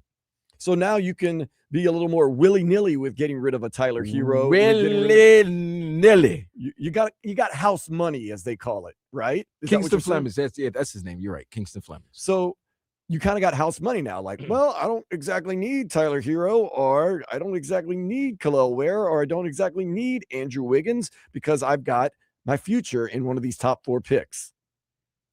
No, you still need. What, you think this rookie's going to come in and just take over? Some do. Some do and some don't. I know, but how does that shift Pat Riley's thinking, in your opinion? If he gets one of these top 4 picks, does he say, okay, now I can be more house money and be willing to trade a little bit more to get one of these guys? Or does he say, hey, look, I got the future. I like our lineup. We're going to roll, most likely keep Tyler Hero because he's a homegrown guy. He's a Kentucky guy. And we'll just go. I would tell you this. If you're giving me a choice of,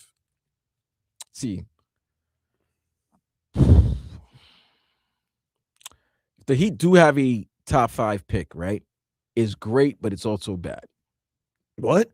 Because if you're trying to make a trade, they're gonna want that top 5 pick. Ooh, can't have that. Can't have that. So you can't have that. So if you want a Giannis and Milwaukee's like, you gotta give me that first round pick, you're gonna be like,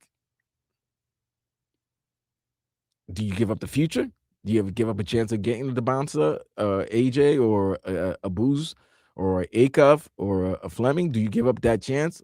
Do you give up, or you go for the now? Even if you do make that trade for Giannis, it doesn't guarantee you that you're the best team even in your conference. You know what I mean? I think you get one of these top 4 or 5 picks.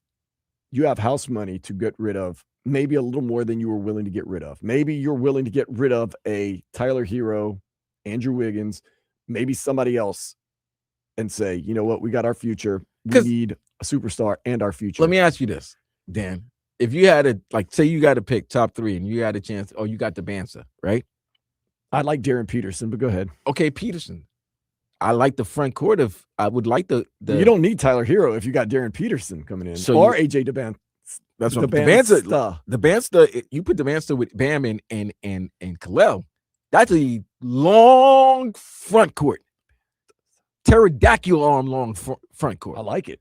Right? Like, yes, playing passing lanes, the whole 9. And the Bansta is so good offensively. Like, he's really good for a young kid. How he can get his shot, he can get into the lane, get into the free throw line. He can shoot the 3, he can shoot the mid range. I mean, he's impressive. If you have to give up, if there's a way for you to make a trade where you only have to give up Tyler and something like that, where a superstar is like, I want to go to Miami, and you don't got to give up you got a first round pick and it's a top 5 pick, and you don't got to give it up. You Great. can't give up a top 4 or 5 But pick. I'm gonna tell you this right now: if any trade that Miami Heat wanted to make for a superstar and they was required to get a top 5 pick, I wouldn't do it. Nope, I would not give up a top 5 pick, I wouldn't. especially in this year's draft. And No. even And Cameron I'm talking to Boozer. Mickey and Nick. I'm not talking to Roz, because Roz might be different. You know, Roz not, like somebody said in the chat. Roz not for the future. He's for the now. And you could get Cameron Boozer coming home to South Florida to play for it. You can get Cam to come home. There's a lot of good players coming into this NBA draft this year. One more zig and zag. Barry Jackson has outlined a potential trade Miami Heat Giannis Antetokounmpo this summer. Miami receives Giannis Antetokounmpo and probably his brother or something like that, whatever. Miami would have to give up, get this, Tyler Hero, Khalil Ware, 3 first-round picks. Yeah, I'm good. 2 pick swaps, and a young player in Hawkes or Pella Larson. Hell to the no, I would say, if I'm a Heat fan. I am not giving up Tyler Hero, Khalil Ware, 3 first-round picks, 2 pick swaps, and Jaime Hawkes or Pella Larson for Giannis Antetokounmpo. Wait, time out. Heat cult, that's one of the most ridiculous comments I've ever read. Danny Ainge and the OKC GM thinks checkers, Pat the Godfathers play 4D chess. OKC won the championship. OKC still got a first-round pick from another team. They got a bevy of first-round picks. So does Utah. They ain't playing checkers. They're playing chess. They got a stash. Heat don't. No. The Heat don't. The Heat are begging for another draft pick that they gave away, obviously within their rights because they got screwed. But yeah, Did they get screwed? Terry Rozier. I mean, he was already. Yeah. You put it this way.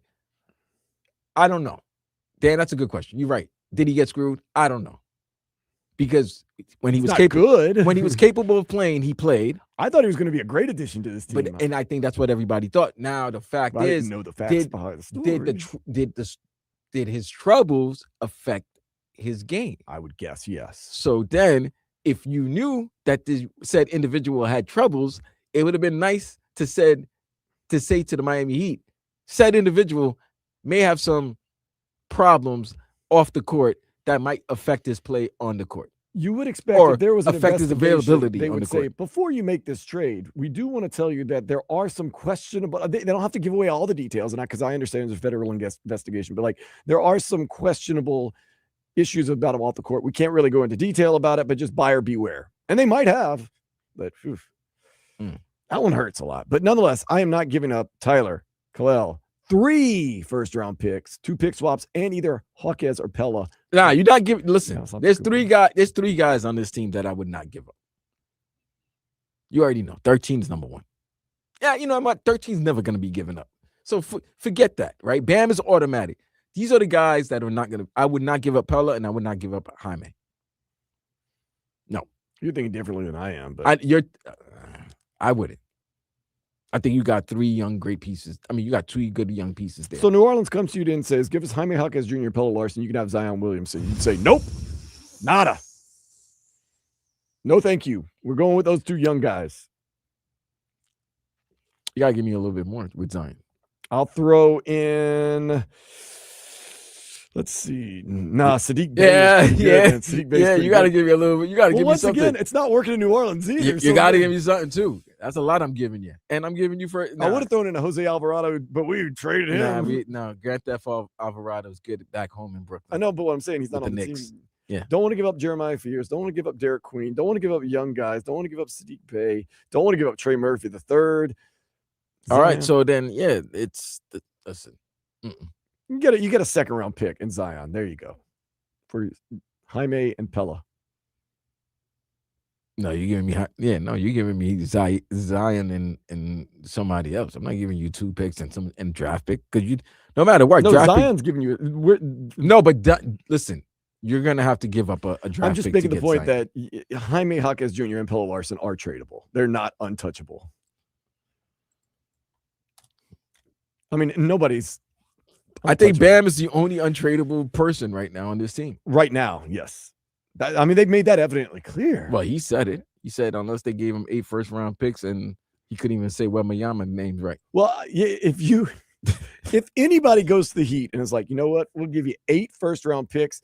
Everyone, you should trade anyone for that. Because we saw what the old Oklahoma City Thunder 40 years ago. I don't need to read a book about the Lakers. That's 40 years ago. Like, God, stop living in the past, people. Maybe that's the problem. We're still living in the past. Well, let's just see how this draft lottery works out. That's next Sunday. I'll tell you, Vlad, I'll be the first person that if the Heat get a top 4 pick, I'll be the first person to text you and be like, I was wrong, man. I could see this happening, bro. Listen, this is all scripts. This is all WWE. Okay. It's all WWE. Whatever it's going to be able to sell, we can talk about, get traction from, they're going to do it. People are bitching about the NBA and the treatment of the Miami Heat with the Terry Rozier incident. All right, you know what? We don't want no problems in South Florida. We don't want no problems. Let's just, give them the hot envelope. Let's give the deputy commissioner the hot envelope, and then one of the hot envelopes will be in the top 5, and then it will go to the Heat. So whose side are you on? 305-567-056. You can also jump into YouTube and Twitch, put comments. Do you believe in Vlad's theory that the NBA lottery is quote unquote rigged or fixed? Or do you believe, Fam, I gave you 5 examples. Believe me, who believes it is on the up and up? Cold envelope in New York when the Knicks needed a franchise player. An envelope for the Cleveland Cavaliers when the best player in the draft was a kid from Akron, Ohio. A number 1 pick for the Chicago Bulls when the number 1 player is from the city of Chicago, Derrick Rose. And Cooper Flagg getting traded last year. Cooper Flagg being selected by the Mavericks after the Mavericks traded a top 5 MVP player. Yeah, okay. Whose side are you on? Let us know. Be back with what I like next here on Sports Day 104.3 FM WQAM.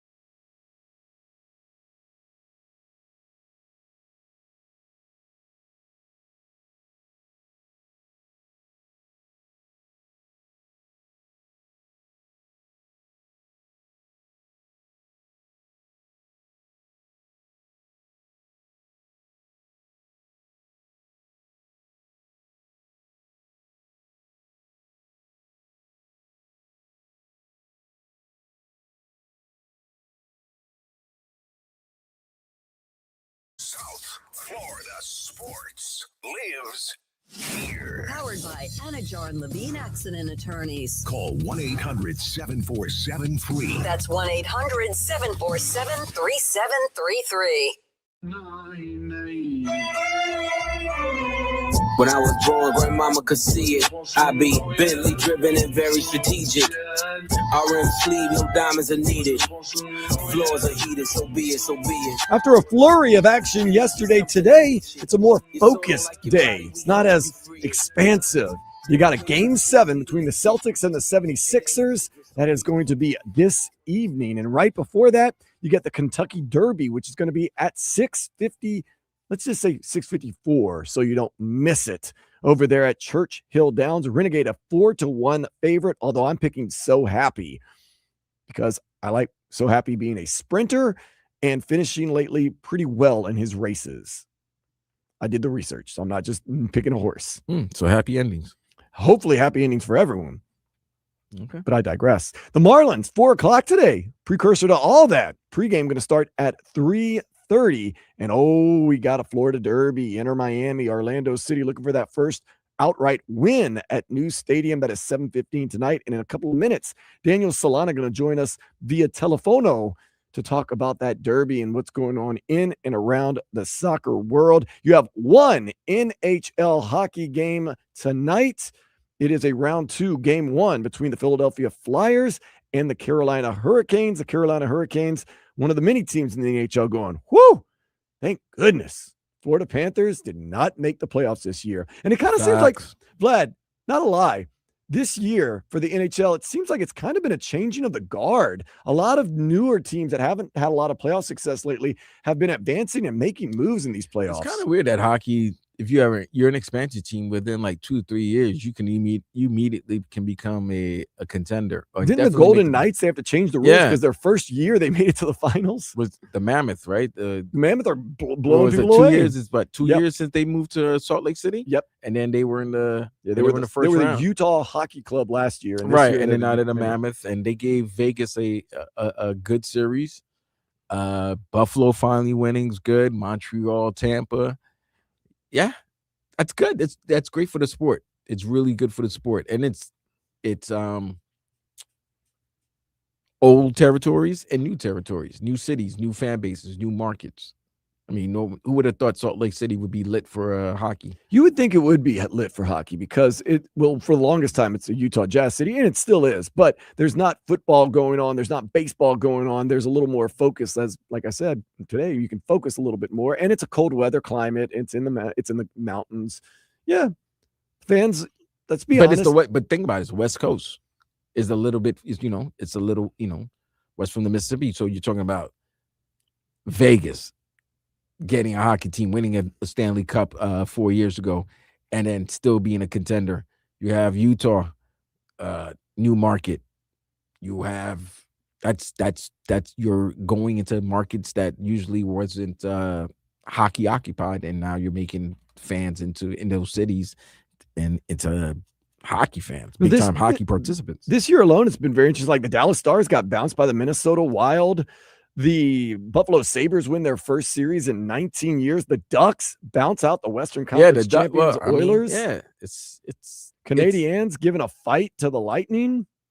The Flyers, Philadelphia Flyers, who haven't been in the playoffs in a while, that was a they're making, you know what I mean? Victory by them beating their in-state rival. It just seems like it's one of those years where there's topsy-turvy, but it's good topsy-turvy. No, it's great. No, it's fantastic. The Ottawa Senators, who were dead in the water, making the playoffs. They got swept, but nonetheless, it just seems like this is one of those years, and I'm guessing, hopefully, for Panther's sake, it's an outlier where it's one of those just wild years, and then next year it returns to normalcy where the Panthers get back in, and everybody's, oh man. It could be that you're thinking it's wild because the Panthers aren't in there. That's why as well. That's why it's all wild, because you're actually looking at others instead of focusing on your team. Also, don't forget, about 3 weeks ago, the Avalanche advanced.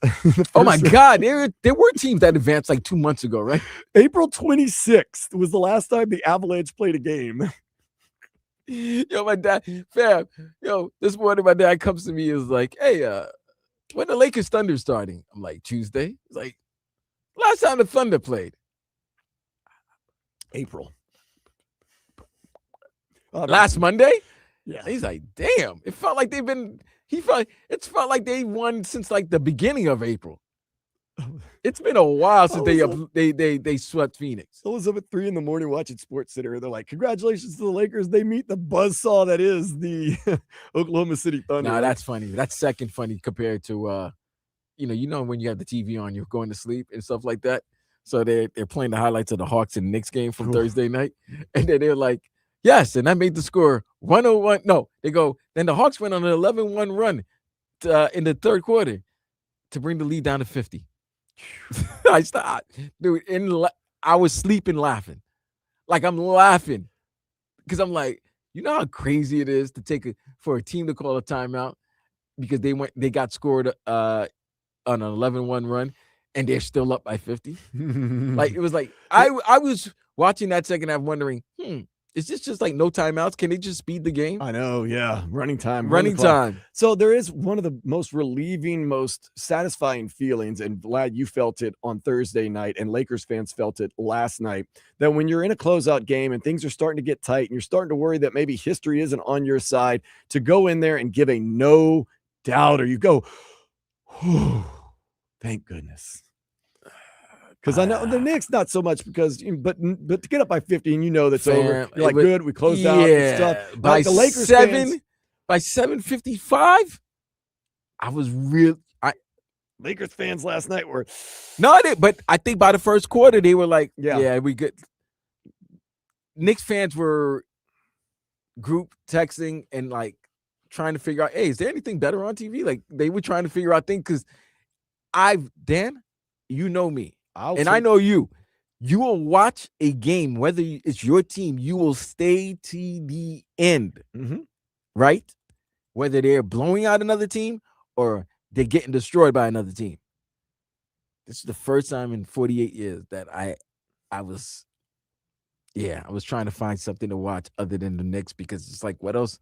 How much more am I going to watch here? Well, there's not going to be a comeback. I'll tell you this, Vlad. My team up by 50 in a closeout game. I'll take that 6 ways from Sunday and twice on Sunday. Dude, it was the first time in a long, like I've never been that stressed. I feel great. It feels great. It was unnerving. It was disarming, relieving. It's just calm. It was like I've never had a sense of calm. It's on me. There's never any sense of calm with me. I was calm. 50 safe. 20? 20 like 50. Yeah, you're good. Even if they go on like when you get to 61. 61 at any point in the game, you're safe. I'm gonna give you that right now. When it was 61, when it was 101 to 40, I'm like, yeah, but it's only the first quarter. I don't care. It's like I'm doing the math. I'm doing the math. I'm like, it's almost impossible to blow a 61-point lead. 18 minutes, it's kind of really hard to blow a 61-point lead. If they do, then kudos. If they do, you deserve to lose. Yeah, oh no, to say the least. You deserve to lose in your bums. But yeah, no, it was probably the calmest win I've ever seen in postseason. 6 ways from Sunday, I'll tell you that. We're about to get to Daniel Solana, talk about this Florida Derby, but first we must take a step into the day spa. A Mexican man has pled guilty to impersonating a border patrol officer in order to hinder a deportation mission. Not wise. So he portrayed a border patrol agent in order to hinder a deportation. Hinder a deportation of somebody he knows. Look, I'm not knocking it. I'm not knocking it. It's bad and you deserve to go to jail, but I'm not knocking it. No, he's not going to jail. I'm guessing he's not going to jail. Why you say that? He's a Mexican man. He's going back to Mexico. He's not going to jail. He's going to jail for a little while, but he is not going to be staying in the jail for a long time. He's going back somewhere. Being sent somewhere. I don't knock it. He's looking out for his peoples. He impersonated somebody. I mean, it's not right. I'm not saying to go do it, but once again, what if it was for a loved one, Dan? I would never condone. You don't want the romantic story? I would never condone impersonating a federal officer. A federale. But if it's for love, good for him. Sleep well. I would do anything for love. You will do that, including being a border patrol agent. That's the remake. That's the remake for 2026. I would do anything for love. but I won't deport your ass. No border war today at New Stadium. It is an intrastate rivalry between Inter Miami and Orlando City SC Soccer Club. Daniel Solana hopefully will give us some good news on what could be happening tonight here on Sports Day 104.3 FM WQAM.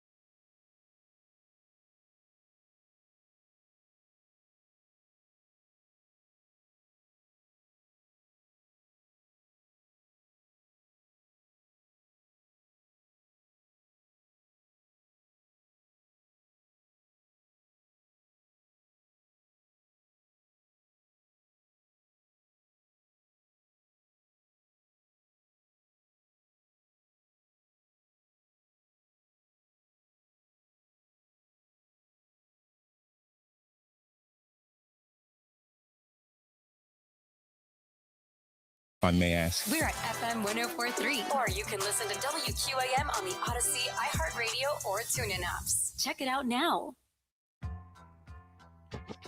Gotta admit, there is one thing we strive for here on Sports Day, and that is diversity.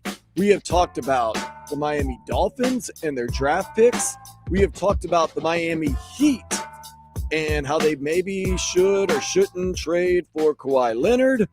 Now we're going to talk about Inter Miami with the Florida Derby and the Orlando City SC Club coming to town. You got my cousin Vladimir Luison, Haitian. I'm Dan Day, Cajun, and now we welcome in our favorite Uruguayan American. This is Futbol Podcast, Daniel Solana. Daniel Solana, where in the world are you right now? I hear you're on the phone. Yeah, so I'm on the phone. I'm on the way to Jacksonville, gentlemen. I'm going to my brother-in-law's graduation. He'll be graduating from the University of Florida on Monday. So I'm packed the car up with my family, and we are heading north on the turnpike to Jacksonville right now. But you have obligations on Sports Day as you are an active member of this show to fill us in, because this is one of the biggest possible games of the year so far. It is our bitter rival, and it could be the first outright win at New Stadium. We're not going to do that. Last week, Daniel Solana said Inter Miami was going to win 3-1. I agree. Get their first win, and you agreed. You double back. This stadium should be called Tie Stadium instead of New Stadium, because that's all they do in that stadium is tie. What's going on, Daniel? What's going on with this team? I mean, I think it's just a mixture of a bunch of things, right? So I don't think it really has to do with the stadium, although there is, like they've been mentioning on the airwaves, the curse of the Tequesta with the Dolphins. There could be the curse of Mel Reese here with New Stadium. Obviously, a lot of fans were upset with the stadium being put on there. But again, I don't think it has anything to do with that. I think that's all nonsense.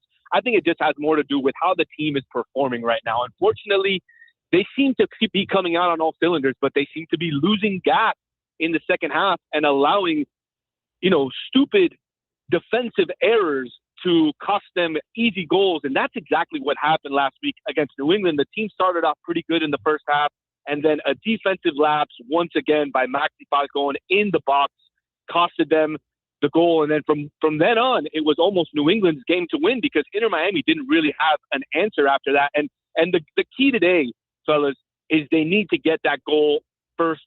And once they get that first goal, they need to continue keeping the pedal on the metal and do not back off, because this Orlando team is coming off of a loss. They're not playing very well. They're missing some players.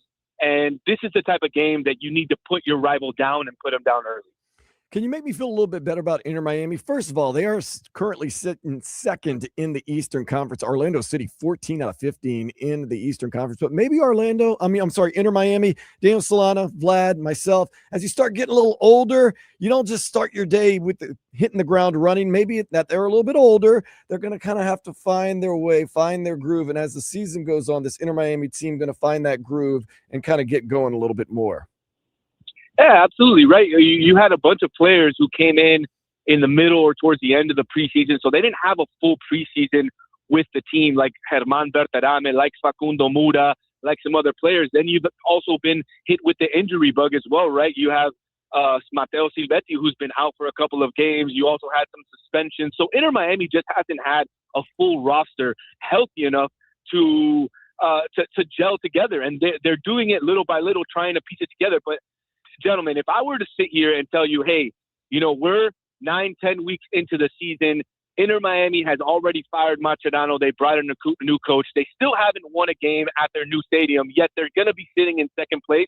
You guys would have called me crazy. So for the average fan who watches this team, you really, really have to be okay with what's going on. Yes, the team continues to not play well, but they continue to pick up points. They continue to win games outside of Miami and pick up ties inside. And at the end of the day, that's what matters in soccer, right? The points at the end of the day. And if they can continue to gain points and stay on top of the Eastern Conference like they are, first or second, then I see them doing very well towards the end of the season. Was it one of those things? I mean, obviously we know they're old. Their best players are older. Is it one of those things of they just need to get started, and then once we get a quarter past the season, midway through the season, we're going to get to see the real Inter Miami? I don't think it has to do with the age of the roster, because some of the, look at Messi. Messi started off running, and he's, close to 39 years old, and he's got 9 goals in all these games. So I don't think it has to do with age. I just think it has to do with these guys not having enough time in the preseason and enough games under their belt to really understand what the coach wants. And then you bring in that coaching change with Mascherano leaving and Guillermo Hoyos coming now with a new tactical, the presence that he's putting in there. He's trying to go to play 3 in the back or 5 in the back instead of the 4-4-2 that the team was used to with Mascherano. So it's a little bit of everything this season. I think you need to give Guillermo Hoyos a little bit more time. Obviously, there's 4 to 5 games left before the World Cup break. But you have to be happy with where this team is sitting at. And yeah, I mean, you have to expect with what we've seen over the last few years and this roster, they've done really, really well in the fall. And so if they're doing so well in the fall, you have to expect that they're going to do the same thing this season. This is Futbol's Daniel Solana en route to Jacksonville, Florida, joining us for a few quick minutes. I wanted to ask you this. With this Inter Miami team, I know it's early still in the season. I didn't want to ask who the MVP is because we know most valuable player, most likely Lionel Messi. But who, in your opinion, on this team so far this season has played the best football for Inter Miami as we get going ready for this Orlando City game tonight? Who do you feel as though has played at the best level overall for Inter Miami? I mean, obviously it would have to be Messi, but if you're asking me somebody other than Messi, I would have to go with Mikael. Mikael, I think, has been probably the best signing that this front office had in the offseason so far. He's come in and he slotted into that left side of the defense very, very well. He's, in my opinion, probably the best defender on the roster that they have to date. Yes, he's had a couple of mistakes here and there in some games, but overall, I think he's definitely, without a doubt, 100% been the best player on this roster so far this season. And do you feel as though there's any more big signings that Inter Miami maybe has room for or could be targeting? Who could be somebody that Inter Miami is targeting on the international market most likely?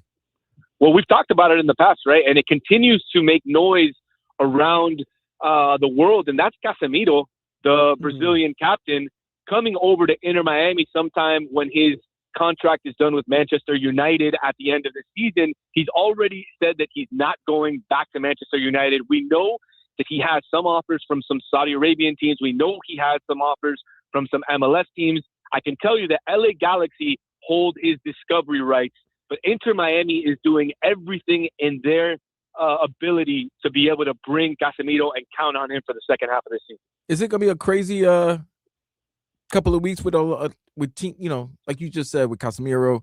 Do you think any more players might be leaving just all across just the soccer leagues, obviously in, Premier, La Liga? There's been names that are mentioned. Salah's supposed to leave. He's supposed to be leaving Liverpool very shortly. Any big name other than you just mentioned Casemiro that might be coming to the MLS, just for not maybe Inter Miami? Yeah, I mean, there's been rumblings that Neymar has been connected to FC Cincinnati. I don't see that happening, but obviously I see the connection there with Evander, being one of their best players. We've always heard that Brazilian connection. We've heard Griezmann to Orlando for like the longest, and then Yeah, that's done. Griezmann is definitely going to be in an Orlando City uniform after the World Cup, and he'll be there for the second half of the season. But there's a lot of players. Obviously, Salah. There's a connection there to the San Jose organization, or possibly the San Diego organization as well. But I think he'll end up in the Saudi League based on the amount of money that he's going to get. But there could be a lot of names that are going to be coming over to the MLS. I think it's going to be one of the best off seasons in MLS history coming up because they're starting to see the light. Some of the teams are starting to see the light. Obviously, with San Jose bringing over Timo Werner, and he's having a fantastic job. And also, like you said, Griezmann now coming over. The teams are starting to see the light, and I think there's going to be a lot more player movement in the summer, and a lot of players coming to the MLS. And they love coming, and I think they're loving to come to the MLS now. Like they're starting to see it as they're starting to see it as a legit soccer league. I know they always love the European leagues and everything like that, but maybe some of these big time players at the latter stage of their careers actually acknowledging that this is still quality competition in this league. I think, you have to lean more into the quality of life before you talk about the quality of the competition. And so I think the fact that they would want to come over here is more for the quality of life, it's more for what they can do after they finish doing, playing soccer. But definitely, I mean, you've seen some of these guys like Son. He still has a lot left in the tank, and he came at a decent age. So I think you're going to start seeing players coming, maybe not for their last contract, but maybe for their second to last contract, coming over to the United States and playing over here for a handful of years, like Son is showing that he's going to be doing, and possibly like Timo Werner might do as well. We'll see. Maybe he might get a one and done. If he has a very good season, he might be on his way back to Europe. But players can start to use the MLS as that stepping stone league, to where if you have a down year in Europe, you could come to the MLS, show off, and be sold back to Europe the next following year. So that could be an avenue that the MLS might be attacking. Yeah, Daniel Solana, I do want to get ahead of ourselves right now. And the good Lord willing, we make it to the year 2050. I believe the MLS will look vastly different than it does now. Wow, in another 25 years? Yeah. It takes time. Jeez.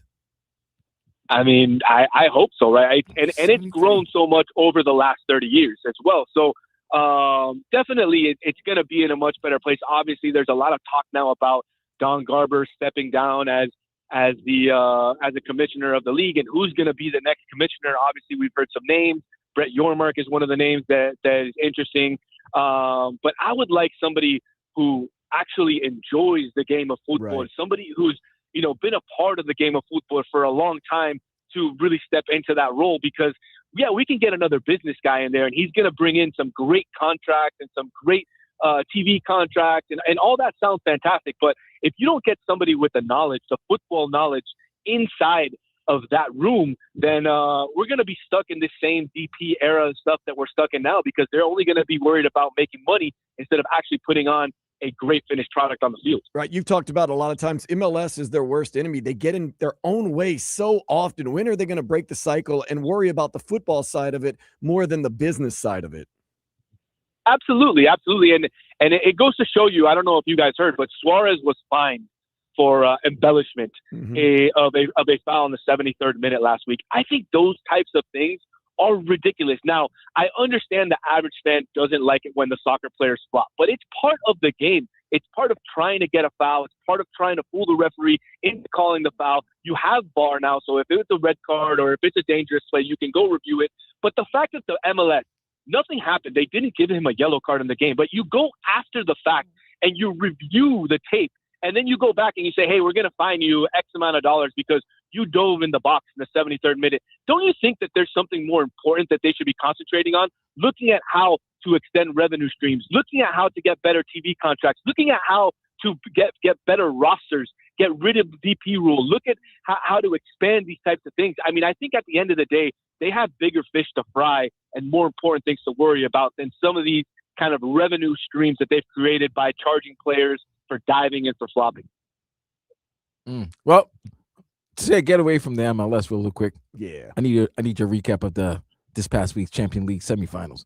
That Bayern Munich PSG game. Oh God. Wait, no. Game? Yeah, that was what was it? It was Arsenal. Yeah, because the second game was Arsenal versus Atletico, which was a 1-1 I guess tie you want to say, but yeah, it was equal at 1. But that game before that Tuesday night between Bayern and PSG. Wow. I mean, it was the best game that I've seen since that 2005 final between Milan and Arsenal. The only difference was that Milan and Arsenal game was a comeback.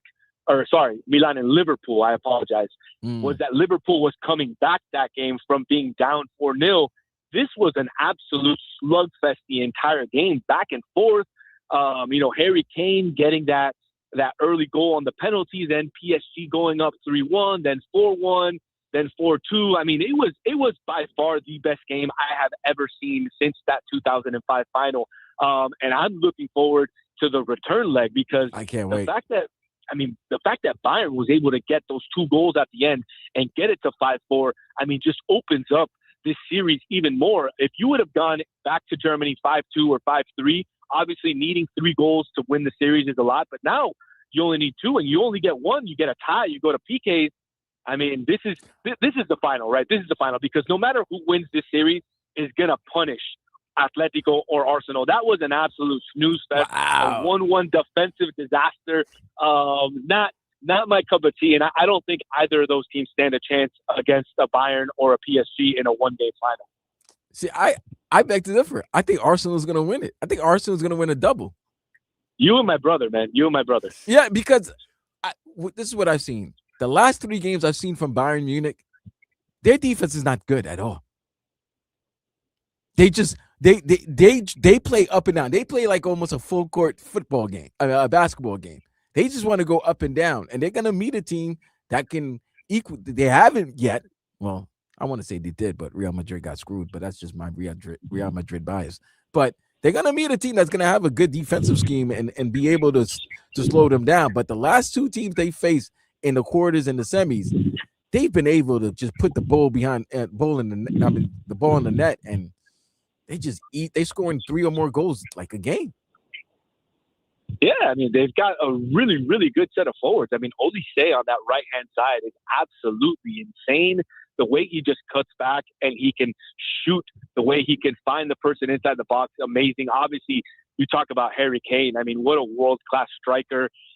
Somebody who can make the penalty when you need it, somebody who can get the header when you need it. And then on the left-hand side, I mean, Luis Diaz. He scored an absolute banger in the game, and he's unbelievable. So you're talking about a front 3 that is probably one of the best in the world.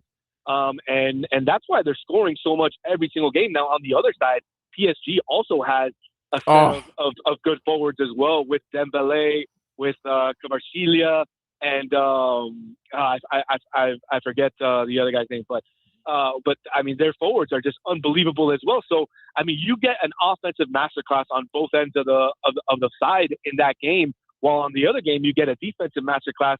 What do they say? Better offense is always going to beat a better defense. And that's just what I think about this Champions League as well. Do want to ask you 2 questions, Daniel Solana from This Is Football podcast. One of them I'll let you off the hook if you don't have an answer, but the other one you got to answer. The first is, do you have a quote-unquote horse in the race today at the Kentucky Derby? I don't. I woke up and I was going to put in a bet on the Hard Rock app, but I didn't do my research, and I wasn't just going to put a blind bet. So if you can give me one, I'm willing to take your word for it.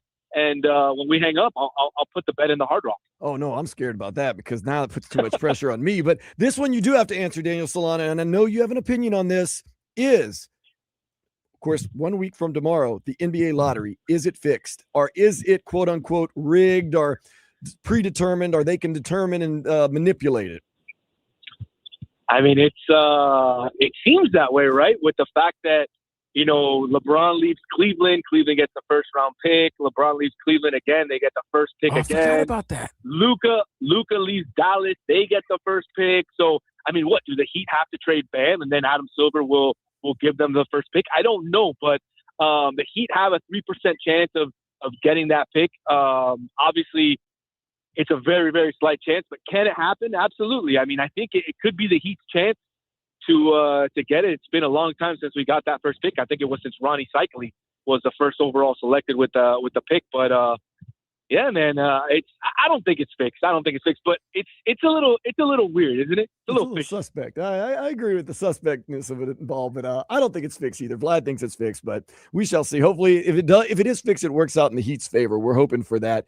Daniel Solana, I'm not going to make you give a prediction on the game. I'm going to tell you, Inter Miami will win tonight, get their first win in new stadium. They are going to take down Orlando City. I think Orlando City's playing very poorly. Inter Miami's good enough to get.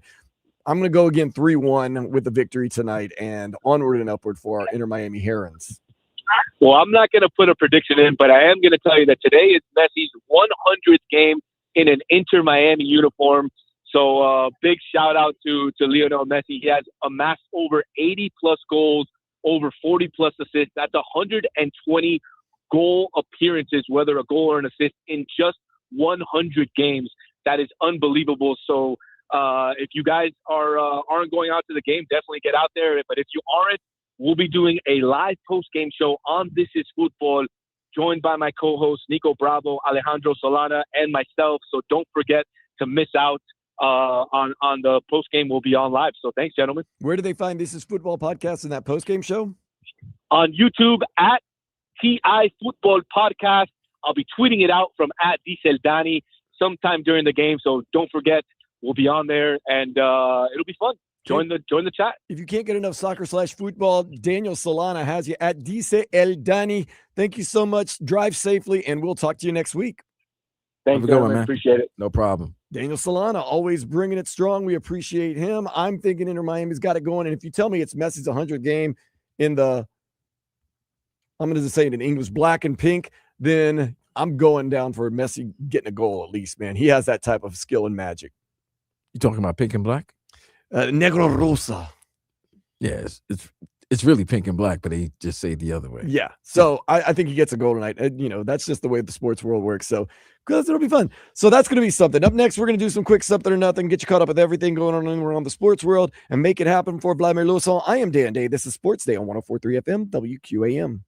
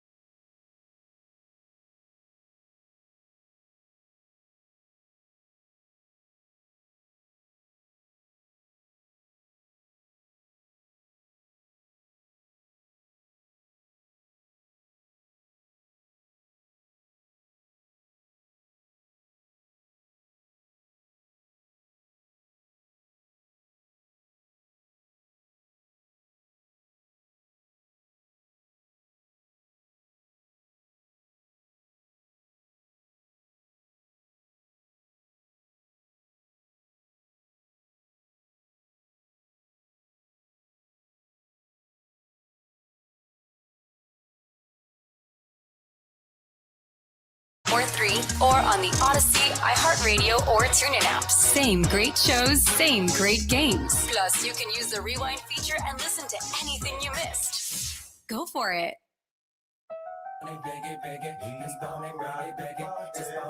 Sports Day leading you up to 3:30 pregame for the Marlins and the Phillies. A 4:10 first pitch. Max Meyer going to be taking the hump for the Marlins. We'll lead you up to that. Right now, though, we do a little something or nothing where I read off some headlines. He lets us know whether it's something or nothing. 19 horses at the Kentucky Derby today, as it is supposed to be run at 6:57 Eastern Time later on over there at Churchill Downs.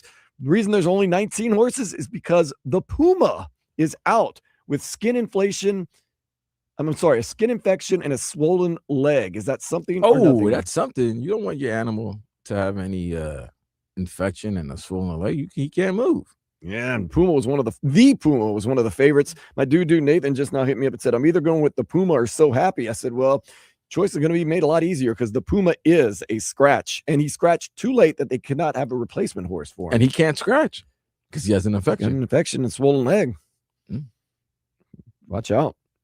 Wrexham missed the playoffs and will not have a chance to advance to the Premier League over there in England this year. Something or nothing. Is that the Ryan Reynolds team? That is Ryan Reynolds' team. It's nothing. Something to Ryan, nothing to me. Oh. So no Ted Lasso for you.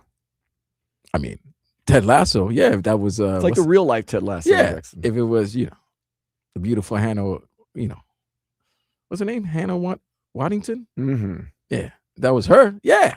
Speaking of beautiful, Olivia Rodrigo says that her new album is inspired by Stephen Miranda from the show Sex and the City. Something or nothing. Stephen Miranda? I've seen like 4 episodes of Sex and the City. And it's nothing to me. Does it mean something that Olivia Rodrigo will be at Amarant Bank Arena November 19th and 20th? I saw that. She's doing 2 shows? That new song she got, Drop Dead, is pretty darn good. I know she was doing 2 shows. Okay. Shout out to her. Speaking of, The Devil Wears Prada 2, it's out in theaters. The soundtrack will feature 3 Lady Gaga songs. Something or nothing. It's something, but not for the Lady Gaga songs. Right. Carl Anthony Towns was in that movie. Oh. Yes. Now, first of all, let's be honest. Sex and the City, the original, fantastic movie. Devil Wears Prada, the original, fantastic movie. Number 2, in theaters, I don't go to the theaters anymore to watch movies, but I will definitely watch it whenever it comes out on a platform that I subscribe to. I'll watch it today. Oh, you're going to watch it today? Mm-hmm. Devil Wears Prada 2? Mm-hmm. Wow. Not at the movies, though. I'm not asking that. I'll give you a report. I did the understood. Tomorrow we got an hour. We're only going to be on for a power hour. No. I'll watch it. Give us a I'll recap. watch it tonight. I'm not going to give you a recap. I got too many things to recap tomorrow. Okay. An escaped zebra in Armenia turned out to just be a donkey painted with stripes. Something or nothing. That's something stupid. Don't do that. That's too much effort, and it's not good for the donkey. I don't like it. Poor donkey is confused by his gender, his identity. He's got an identity crisis. He definitely has an identity crisis. Ooh. This one, Vlad, get a hold of this one. An Indian man shoots 3 of his friends because they smeared cake in his face on his birthday. Something or nothing. I mean, I don't think it's right, but I can understand. That's extreme. Now, if I told you don't smear nothing in my face and you do, you're about to get these, you're going to get these hands. I didn't say for you to get some, You got some strays. Not even strays. Hot shells. I didn't say for you to catch hot shells, but you could get these hot hands. Like, yeah. Nah, that's crazy, man. That's crazy. That's something crazy. And you can't be, what? So they smeared? You shot them? Like, what did you do? Did you go back to your room, load up the hammer and just like, let it go? He's probably carrying. If he's carrying, I don't know if I want to be snuffing somebody with a cake. Like, if I know somebody's carrying, I'm not, Dan, it could be your birthday, January 6th. If I know you holding something, I'm not smearing your face with no cake, bro. Yeah, you got to be careful. Speaking of, this one got a little dicey too. A Missouri Domino's driver runs down someone in their car over a tip dispute. Something or nothing. Noticing a lot. It's something. I've noticed a lot of people with the tips are getting very, very brave. So the guy didn't tip the Missouri Domino's driver, so he ran him down in his car. Okay, hit him, took him down. Just because he didn't tip. Now he's about to go to jail for $4, $5 for a $4 tip. And then there was saw a story the other day. A lady or a server returned a bill or the receipt of a bill to a customer and saying, damn, I was expecting $120 for for a bill this high. If you could afford this bill this high, I bet I would assume you could afford a tip just as high. And it's like, yeah, they should tip you very well if you provided great service, but it's a little tacky for me, in my point of view, for you to write on their receipt that they should have tipped you better and stuff like that. That's crazy. It does go both ways with everybody. Like, yes, you should always tip well, but also it's on the server, which Miami servers, you're extremely guilty of this. And it says it on the bottom. When the 20% is already added and you don't let the customer know because you're hoping they double tip you, that's just as bad. That's just as bad as true. You're right. That's just as bad as someone jipping you on a tip. And I know if you're a server, you're probably going to go, well, you don't understand. I get you. I don't understand. But say, hey, look, gratuity's there. If you'd like to give me more, I'd appreciate it. That's it. That's all you got to do. Oh, you know how I've been kind of hung up on this Malik Willis first pitch last night at the Marlins game. Didn't go very well for our quarterback. Very bad. Actually, went very badly. Okay. Well, Puxatawny Phil threw out the first pitch the other day at a Pittsburgh Pirates game against the St. Louis Cardinals. Did a better job. Get out of here. Well, first of all, when he was on the field, they had one of his handlers throw out the first pitch. Just get out of here, okay? If Phil was throwing that, that heater, it would go like that. It wouldn't even go a centimeter. Yeah, I just, groundhogs aren't made for baseball and throwing things. They're made for burrowing and seeing their shadows. That's what groundhogs are. And video games. Sonic the Hedgehog. Oh, okay. That was that. Was Sonic really a hedgehog? No. Was he a groundhog? No, I guess not. No, close enough. Yeah, yeah, you got to be confused for a second there. They're all the same to me. No, I'm joking. Last but not least, Megan Thee Stallion's fans. Oh, my God. They have gone online.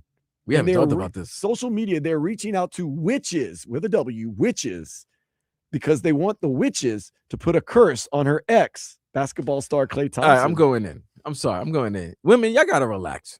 Like, y'all got to definitely relax. I don't understand these fan bases of certain, like, celebrities where they feel like anything that's done wrong to the individual, you got to, they go to the extreme in what they want to do to the other individual. So what? He might have cheated. Oh. So what? So what? Were they married? No. So what? She cooked food for him and his parents. Okay, good. What? You're trying to show that you could be a housewife or you could be in a committed relationship? That's beautiful. That's beautiful. But what I'm seeing right now is all these people getting mad. Like, okay, good. Individuals cheat. That's it. They're not married. Just because you like her music doesn't mean that, oh my God, everything she does is right. Relax. My thing is that's kind of a personal thing. Number one, that's their business. No. There you lie. You see, this is where the difference between the genders are going to happen. She publicized their relationship. He didn't. That's the problem with social media. When you start publicizing your relationship and shoving it in people's faces, guess what people are going to want? They're going to be like, hey, you know what? I just noticed on Facebook, everything seems so well. Now it's complicated. Everything was going so well. Now you're not following the person on IG? Oh, you're deleting all the pictures of you and said individual because you're broken up? Should have never publicized it. I hear that. And that's what happens with celebrities because they got media, they got public relations people who think, oh, announcing that you're in a relationship is going to be very good. And you might get offers. They might look at you more stable. So yeah, but hey man, men are men, women are women, man. People gonna stray, they're gonna stray. I feel bad for her if he's straight, but grow up. To lighten the mood, what are the chances that Bill Balfour is shooting up steroids into a horse right now? Bill Baffert. 50-50.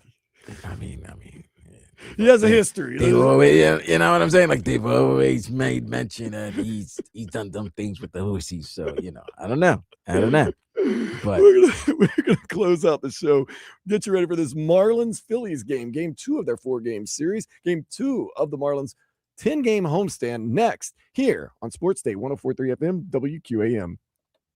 AM's Whiskey, Stars, and Cigars.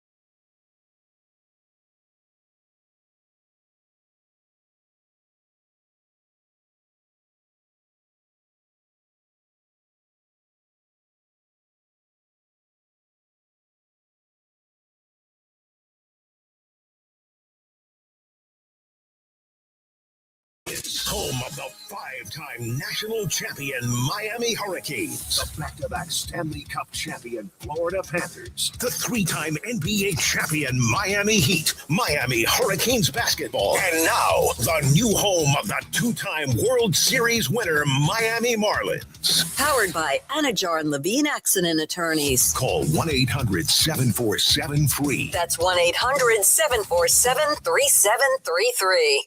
Yesterday's price is not today's price.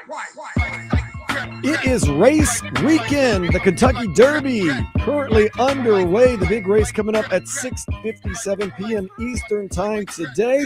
The women, I've noticed, their hats are very haute couture, avant-garde. And the men, their hats are a combination between Halloween and Mardi Gras. They're having a party, that's for sure. Mint juleps and all types of drinking and wagering being done. Looks like a fantastic time out there at the race. Once again, the Puma is a scratch with leg soreness and swollenness and skin irritation. I've got so happy. He now has moved into being the favorite. Renegade has moved down a little bit. So we shall see what goes on at the Kentucky Derby. And of course, when it comes to closer to home, we got a big race tomorrow. Of course, races are going on now. We've got the F1 Miami Grand Prix. You know, Vlad and I are cheering for our favorites, Lewis Hamilton and Max Verstappen, but we shall see. You got to feel Oscar Piastri and Team McLaren, along with Lando Norris, who took the pole the other day in the sprint pole, going to be one of the favorites as that happens. Last night was an absolutely thrilling night. I don't know if we can match in the sports world what happened last night to tonight, but there is still a lot of good stuff going on tonight as we got a game 7. Now, there are sweeter words in the English language than game 7. Vlad and I have talked about this. World champions is the sweeter of words than game 7. But nonetheless, you get the Celtics and the 76ers playing tonight, and anything can happen. Game 7 between two teams that have, to be honest with you, been very evenly matched this playoffs so far. There hasn't been anybody that's absolutely ran away from anybody. Of course, the Magic were the better team last night for about, 25, 26 minutes, and they gave up a huge lead, 24-point lead. They missed 23 straight shots. They went over an hour of real time, 45 minutes of game time between making baskets as they let the Pistons crawl back into the series and get a game 7. That is going to be tomorrow. The Lakers, who everyone was saying, history is going to happen. They're going to blow a 3-0 lead. They said not even close. They won by 20 last night in a no-doubter against the Rockets. And the brick 3 from R.J. Barrett sent the Toronto Raptors into a frenzy as they will play a game 7 against the Cavs. They won in overtime, 112-110.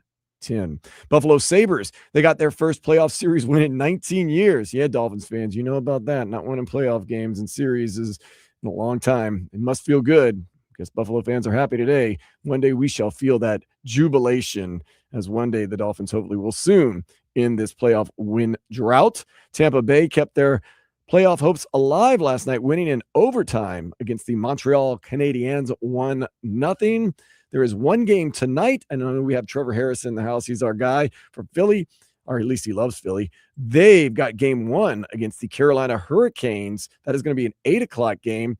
He was going to try to go to the game, but he said there was nobody that would work the Marlins game for him until he found out just a couple of minutes ago that both Vlad and I would gladly help him if he would have just asked. All you had to say was like, hey, man, I'm trying to go to Philly for a game. I was like, oh, I'm already stuck here. I got to do a game tomorrow. I might as well. He goes, man, I really wanted to go to the game tonight in Raleigh against Carolina and Philadelphia, but I mean, like, who the hell would work for me? And you and I both simultaneously go, we're already here, man. We would have done it. But nope, he's going to work the Marlins and the Phillies game. That's going to be coming up at 4:10. Of course, pregame, just a couple of minutes. We're going to take you right up to that. And then we have a game 7 tomorrow in the National Hockey League as the Canadiens and the Tampa Bay Lightning will play each other tomorrow night. And Vlad, more and more people come up. They saw our segment about how the hell can you cheer for the Tampa Bay Lightning if you're Florida Panthers fans. I have people all the time coming up to me saying they want the Lightning to win the Stanley Cup this year, to keep the cup here in Florida and in the US of A. I don't get it. Me neither. I'm sorry. And I understand that. Don't worry about that. But that's one of those things. I was like, I want, and I, once again, not throwing shade at you, Vlad, but I want the Jets, or I want the Bills, or I want the Patriots to win the Super Bowl because we want to keep it in the AFC East. That's like the SEC talk. I don't like that, bro. I don't want to keep that. No, Stanley Cup. Whoever wins it earns it. Is there particular teams you don't want winning it? I guess, but I don't got a problem. I mean, look. If Canada wins the Stanley Cup and ends, what was the drought? 1993, the Canadiens were the last team to win a Canadian. Les Habitants. Whatever. Like, it's not going to hurt my Zionistic national pride. I'm not going to man, I got to renounce my citizenship now. That here's the funny part, Dan. Just whatever. If one of the Canadian teams win the Stanley Cup, you know what? It'll be celebration in that city, and it'll be an outright animosity. But guess who has No, not from the U.S., from the other Canadian cities. So, like, say the Montreal Canadiens are the team that wins the Stanley Cup this year in 2026. The Maple Leafs are going to be pissed. The Edmonton Oilers are going to be pissed. Calgary's going to be pissed. Ottawa will be pissed. They'll be more pissed that they won. They were the team that broke the Canada record than like how North American teams will care. We won't care. If we have to break a 46-year-old gold medal drought, and the trade-off is Canada ends their, let's just say, 35-year Stanley Cup drought. All right, you know what? Let the baby have its bottle every once in a while. But nonetheless, I would prefer a United States team keeping the Stanley Cup here, just not the Tampa Bay Lightning, because I just hate those guys. That's it. That's all I got. That's all I can say.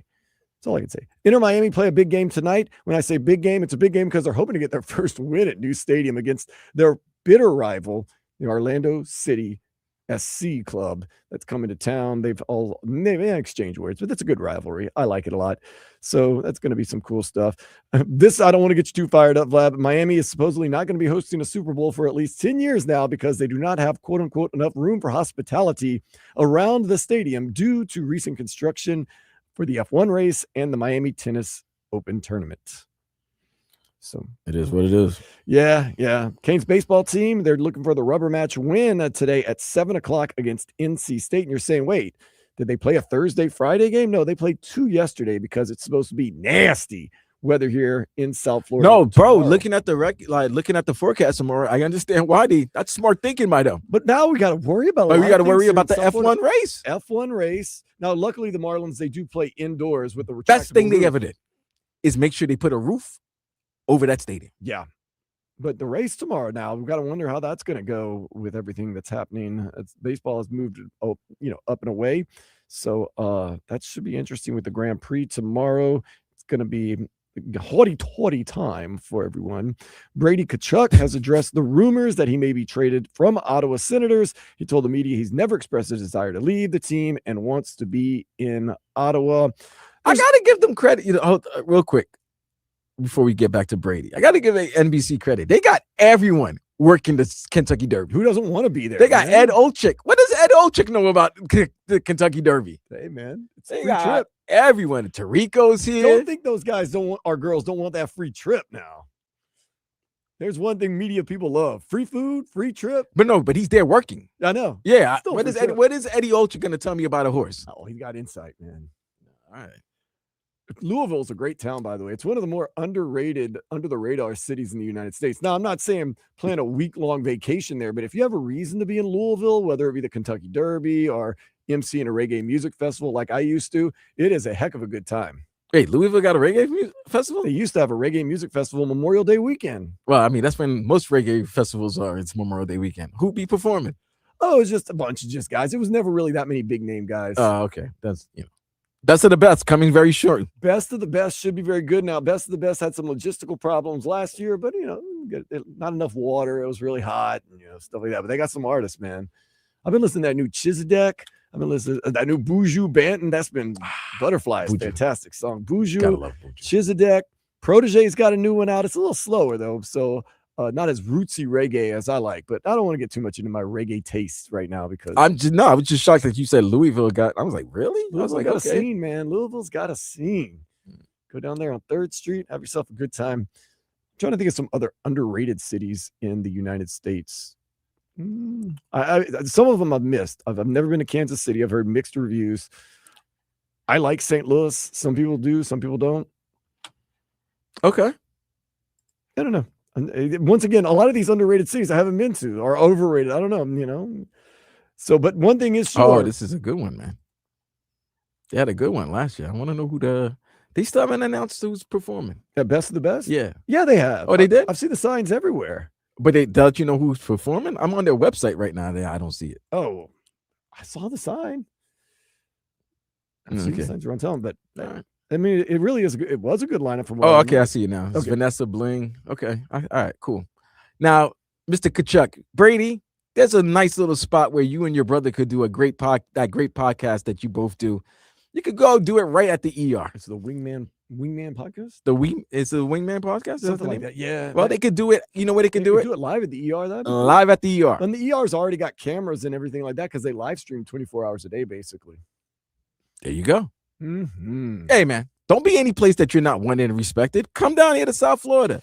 There's a lot of weird things I'm hearing about this Brady Kachuk situation. They don't like. I'm not getting into because he got a lot of flack. He got a lot of flack. Because he helped him and his brother. That is part with of it. The U.S. team beating the Canadian team in the gold medal in this year's Olympics. They were already at him for celebrating that achievement with the Sizzler's gonna be there. Yeah, I know they eyes just popped up. I'm just Capleton too. Oh no, that's who I've been listening to. Yeah, Capleton's got some new joints too that I like a lot. Oh, Beanie too. Damn. Beanie okay. Man? You can't be mad at Brady for celebrating a tremendous accomplishment with his brother and his teammates. I think because you always told me it's country over club. For me, it is for sure. Right. So then they got upset with him for winning the gold and then celebrating with his teammates, and then now they're getting upset with him because what? They don't like some of his behavior. Then once again, I don't want to get into it because once again, this is hearsay and conjecture, but they apparently don't like some of his behavior off the ice. There's stuff they don't like. Once again, I'm not going to get into it because it could be true. It could not be true. I'm not. That's once again, like you said, Megan Thee Stallion and Klay Thompson. That's their business. That's their business. That's that. Not ours. And to say what's what is what. First of all, I don't get involved in all that stuff. I can barely handle my own personal business or even my own public business, to be honest with you, Vlad. I have problems out in public. So we're going to get ready for this Marlins game. I need a Marlins win today against the Phillies because I want to feel good about myself. And the team's been 500 all year, so I would believe they would find a way to win. They had a good chance last night. Just fell a little bit short. The rest of the day, Trevor Harris going to be coming in. Vlad, what are you going to be doing with the rest of your day? I just got hit with some bad news. Probably that really just kind of like slowed down my day. Rest in peace to my boy Ron Du from the BX. Yeah, that just stunned me right there. Prayers and thoughts and prayers to his family, his beautiful wife, it's just his family. So I'm probably gonna just start hitting my people's mutual friends of ours and just reliving, reminiscing, remembering his life. And, other than that, up until that bad news, I was just probably going to chill and just watch Game 7 of the Celtics and the Sixers. And then, like you said, watch the greatest 2 minutes in sports, which is the Kentucky Derby. So that's the best way to end it right there. Tell everyone that you do Absolutely. love them. And if you don't hear it from anyone, we'll tell you right now, I do love you and I do appreciate you. So thank you very much for spending time with us. Vlad and I will be back tomorrow for 1 hour from noon to 1 before the Marlins game. That's what we do sometimes. Thank you so much. Once again, I do love you. Hope you have a great day. For my cousin Vladimir Lewisson, I am love Dan to everyone. Day. This is Sports Day on 104.3 FM WQAM. Later, fools. WQAM broadcasting live from the Ed